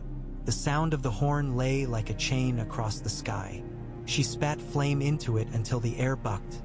It wavered but did not break. She came back down with a face that said she had learned something about the horn and did not like what she had learned. "We will not let them take what we woke," she said, and men who had never thought of dragons as theirs felt, for a moment, that they had been given to. The fleet that sailed from Old Town to the Stepstones carried archers and rope and men with hands that trusted their own strength. Stannis commanded, because he understood the sea and because there was no one else who loved duty hard enough to look into the horn's mouth and not flinch. The king went because if there was to be a story told afterward, he meant to tell it himself and not have it told to him by men who lie well. They met off Grey Gallows, in a chop that made men sick before fear could. The horn sounded. The dragon in the west came like a thrown spear. The Great One wheeled with it, and for a moment the sky was all wing and jaw and old laws being tested. The horn pulled. The dragon resisted. Fire met sound and the sound twisted into a snake that bit itself and tried to hold on that way. It did not work. It was not a council of war that decided what must be done. It was something older. Eddard stood on Stannis' deck with wind driving tears from his eyes and thought like a man who has held tabulations all his life and sees the column not balancing. He looked at the king. He looked at Daenerys. He looked at the sea and the horn and at the man in the prow of the lead longship with a patch over one eye and a grin that had never once had anything behind it worthwhile. He pulled his sword. He did not look back at the life behind him, because men who intend to live die when they try to say goodbye on decks that are trying to throw them into the water. He leapt to a skiff with a crew of 4 and a boatman whose arms were cords used to masts and morals both. He rode the wave of the horn. He saw the rope of it and where it was weakest. He leapt again at the last moment in a way no one would have thought a man of his years could. He went high and came down on the longship's prow like a god who had misplaced his temper. Euron laughed at him because Euron laughed at everything. He drew a blade that had names and did not deserve them. Eddard slid aside the way Howland had always taught him to, not fast enough to be flashy, just enough to be there instead of there. He knocked the horn from its cradle with the back of his sword because the front had other work to do. The horn hit the deck. It screamed as if it were a living thing because perhaps it was. The nearest dragon flinched. Daenerys shouted a word that was not in any of the Seven's books. The large dragon dove and its flame gathered and did not release. It wrapped the horn the way a woman wraps a child. It warmed it without feeding it. Euron came. Eddard met him in that small space where men find out if they are as brave as they told their mothers they would be. He had never been a duelist. He had never needed to be. He fought like a man who knows where men break. He took a cut on the forearm that would scar and gave back one that ended a life without boasting. Euron fell with surprise on his face that anyone had managed to put an end to anything he was doing without consulting him first. He hit the deck hard and laughed once more because he could not help himself. A short barking thing like an ugly seal, and then stopped.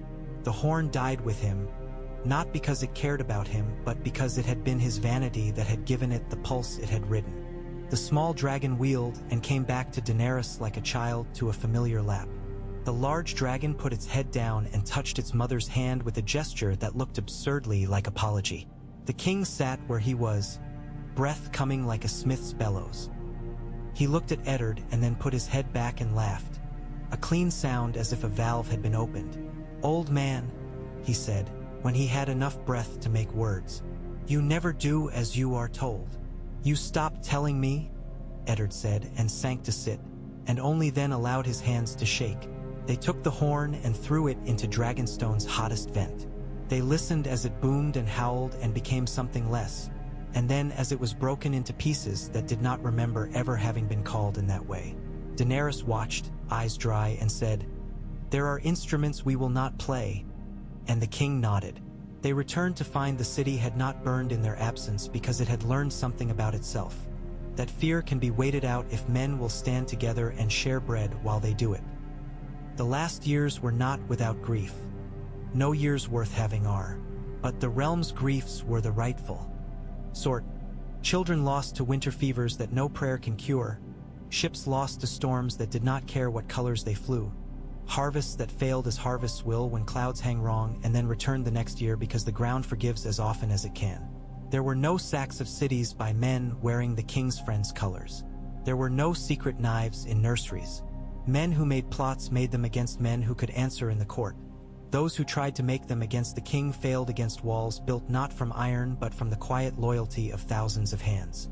When Jaehaerys Jon came of age fully, Eddard knelt because it mattered to him that the boy see him do it. He stood again with knees that had begun to tell him when it would rain and found that the world did not tilt. It continued as before, only with a small adjustment like a ship's rudder made by a hand that understood what it was doing. He married Daenerys when the realm was ready to have two old names tied in a new way. Men muttered, because men always mutter when things are done that they do not understand but do not quite dare to hate. The faith nodded, because the High Septon had seen the girl with a dragon on her shoulder bring hot broth to a sick child in the city's poorest lane, and had felt his reason bow to something more immediate than rules. They were married in the yard where the boy had been named, because symbols like neat circles and because it pleased Eddard to end one story where he had made another begin. Theirs was not a story of passion that burns men out. It was a long work of care that burns like a banked fire. They fought as men married fight over where to put chairs and what to do with men who come to you with lies that might be necessary. They kissed as men married kiss when they have gotten used to each other and have learned that a kiss is more than one thing. He sat the Iron Throne and did not bleed on it because he had set it up not to demand that of him. He called a great council and listened to men and women from all the corners of the realm. He wrote a charter, with Jon Arryn's hand remembered in the margins, that guaranteed that if a lord cut off a peasant's hand for poaching, he would lose the right to the king's justice for a season unless he could prove that the peasant had done him a harm greater than a fish stolen from a net. He wrote that if a lord took a wife shriven by the faith, he would not be prosecuted for it by neighbors who preferred an old law to a new mercy. He wrote that the night's watch would be fed from the surplus first, not last, so that no man was sent to the wall as a death sentence by neglect. He rode to Winterfell each spring for as long as Eddard lived and sat under the heart tree. He heard the leaves make their sound like an old man's hair in wind. He held his father's hand there for the last time and then a year later sat in the same place with his fingers on the bark and said nothing because sometimes a silence is the right thing to say. Eddard Stark died one morning early in fall, as men who have used themselves up in the work of keeping other men from being used up tend to do. Quietly, with a wife's hand on his and a child's voice in the hall and the sound of wood being chopped somewhere in a yard. He did not fear. He had carried fear so long that it had worn smooth and fit his hand and had come to look like one of his tools. Catelyn put her head on his chest and lay there longer than the Septon thought proper, because death is not a thing a woman gives up quickly when she has learned its price before. Robb came and Sansa and Arya and Bran and Rickon, and Theon stood in a doorway and looked at the floor and said a thing without words that Eddard heard or did not. It would make no difference now. The king wept and did not hide it. He said to those in the room, "I am king because of him," And the room did not disagree because it was true. Winter came again. It always does. It came gentler this time because the land had learned, and because men had rails to run on that had been laid in haste and then hammered down with patience. The dragons nested on Dragonstone and sometimes overflew the city so that children could point and say, "Ours," and mean not that they owned the creatures, but that the creatures would not be used to own them. When J. Harry's John turned 20, he rode a dragon for the first time. Not to show off, to see. He went up with Daenerys's hand on his and Howland Reed watching from the courtyard with a smile that only moved his lips a little because he had never been a man for large gestures. They flew over the Blackwater and then inland over fields laid in tidy squares like careful thinking. The city looked smaller and kinder. The wall, when he flew there the next year, looked like a book with a spine that had held. He landed in the yard of Castle Black and Benjen put his hand on the dragon's lower jaw with a reverence he had never in his life shown a lord and said, "You can stay." And the dragon liked him for it. The wildlings had begun to come through the tunnels in ones and twos, then in families, then in small tribes with hands held up to say we would not like to die here, and he let them because laws that forbid the wind convenience and hunger compassion are not laws he cared to enforce. He set them to work. He gave them plots. He kept knives out of their hands when knives were not needed and put them back when they were. The last time he went to the Tower of Joy, he went alone except for the white cloak at his back because people are always watching and it is not good to give them the wrong kind of hopes. He climbed to the room where Lyanna Stark had labored with her teeth clenched and the sweat cold on her brow, and he sat a while very still, and then he lay his hand on the stone where her hand had gone cold and he said, "Mother," for the first time not as a word in a room with others in it but as a word that had always been in his mouth and had needed, at last, the air. He left the tower. He rode out under the cedar whose sap had caught a fly so many years ago. He looked up and a bird looked back at him, not frightened, not curious, just alive. He laughed at that in the way men laugh when they accept that not everything is supposed to mean something. When he returned to King's Landing, he held court in the yard again because he liked the sky. He received a petition from a woman whose father had died and left her 3 little girls and a debt to a Lannister counting house. He remitted the interest and he told her to send her eldest to the keep's kitchens if she wished to learn to cook for men who would pay well, because it was not charity when a man paid for what filled his belly and made him able to work. He settled a boundary dispute between 2 lords who knew very well where the boundary lay and had gotten used to pretending forgetfulness. He made them walk the line together and look at it until they saw it again, which is sometimes all that is needed. He ordered a new dock on the far side of the Blackwater for ships no one had seen yet but which he believed would come, because the realm was learning to be worth coming to. He sat nights with Daenerys and listened to her talk softly to dragons, and he sat with Arya when she came south and listened to her talk softly to blades as she oiled them, respect in her movements as if she were tending to animals. He sparred with Jaime Lannister once a season and lost with grace until he did not lose, and then they sat together afterward in the quiet of men who have learned a thing about each other and do not need to talk about it. He listened to Marjorie Tyrell suggest a feast for the small folk that did not insult them, for once, and he gave her the coin to do it, and she did it better than he would have. He visited the Sept and the Weirwood and the places where men who did not pray still went for silence. He held children. He laid cornerstones. He watched storms from cover and did not pretend to command them. He wrote to Old Town and asked that Samwell be sent north to be Maester of the Watch, and Samwell went and found that he could carry knowledge up the stairs as well as down.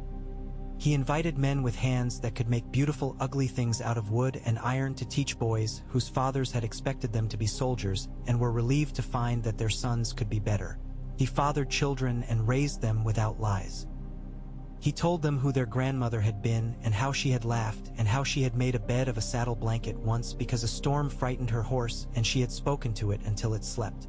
He told them who their grandfather had been and how he had sung a song that had not ended well, and that songs can be ended well if sung by the right voices at the right time. He grew older and did not fear the way his hands spotted like leaves. He had himself painted once because men wanted to look at a king later and say that was him. The portrait showed a man with eyes that did not shift when someone entered the room behind him. He did not much like the picture, and laughed at his own vanity for thinking it mattered. He had himself measured once by a little girl from Flea Bottom who had taken up tailoring and made clothes that did not chafe at the neck. He paid her too much and she cried and he pretended not to notice. He took counsel before he acted and acted before counsel could split the world into too many small pieces to hold. He remembered the field under the wall, the horn on the sea, the tower in the mountains, the cradle in the nursery. He remembered and did not flinch from remembering. At last, when winter came again in a way that made men bring in their animals earlier than they thought they would need to, he stood on the steps of the Red Keep and looked at a sky that had begun to recognize him. He put his hand down and a child put a hand into it. Not his own this time, but a boy whose mother had died last fall of a cough that had been allowed by poverty to go too long unmedicated. The boy squeezed without looking up and then saw to his surprise that it was the king he had taken hold of and tried to let go. The king did not let him. He stood quiet and steady. The boy leaned against him like a post and then forgot about him, which is the best thing a king can be in a city that has learned its own shape.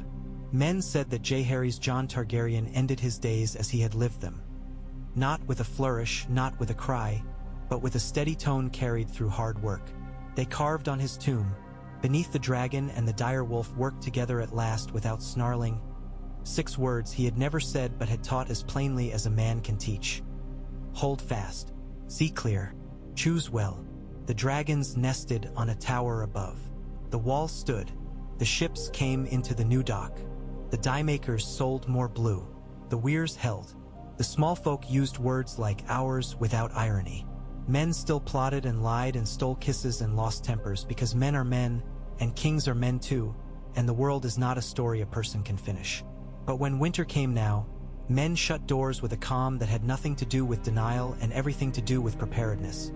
And when spring came, men opened the same doors and smiled into sunlight they had expected to see. On a morning after rain, when the streets were clean and the bread smelled good and the fishwives shouted in voices roughened by laughter, the king walked the market with a guard who kept his distance because the king had asked him to. He bought an apple and bit into it and made a face because it was too sour. He handed it to the boy next to him.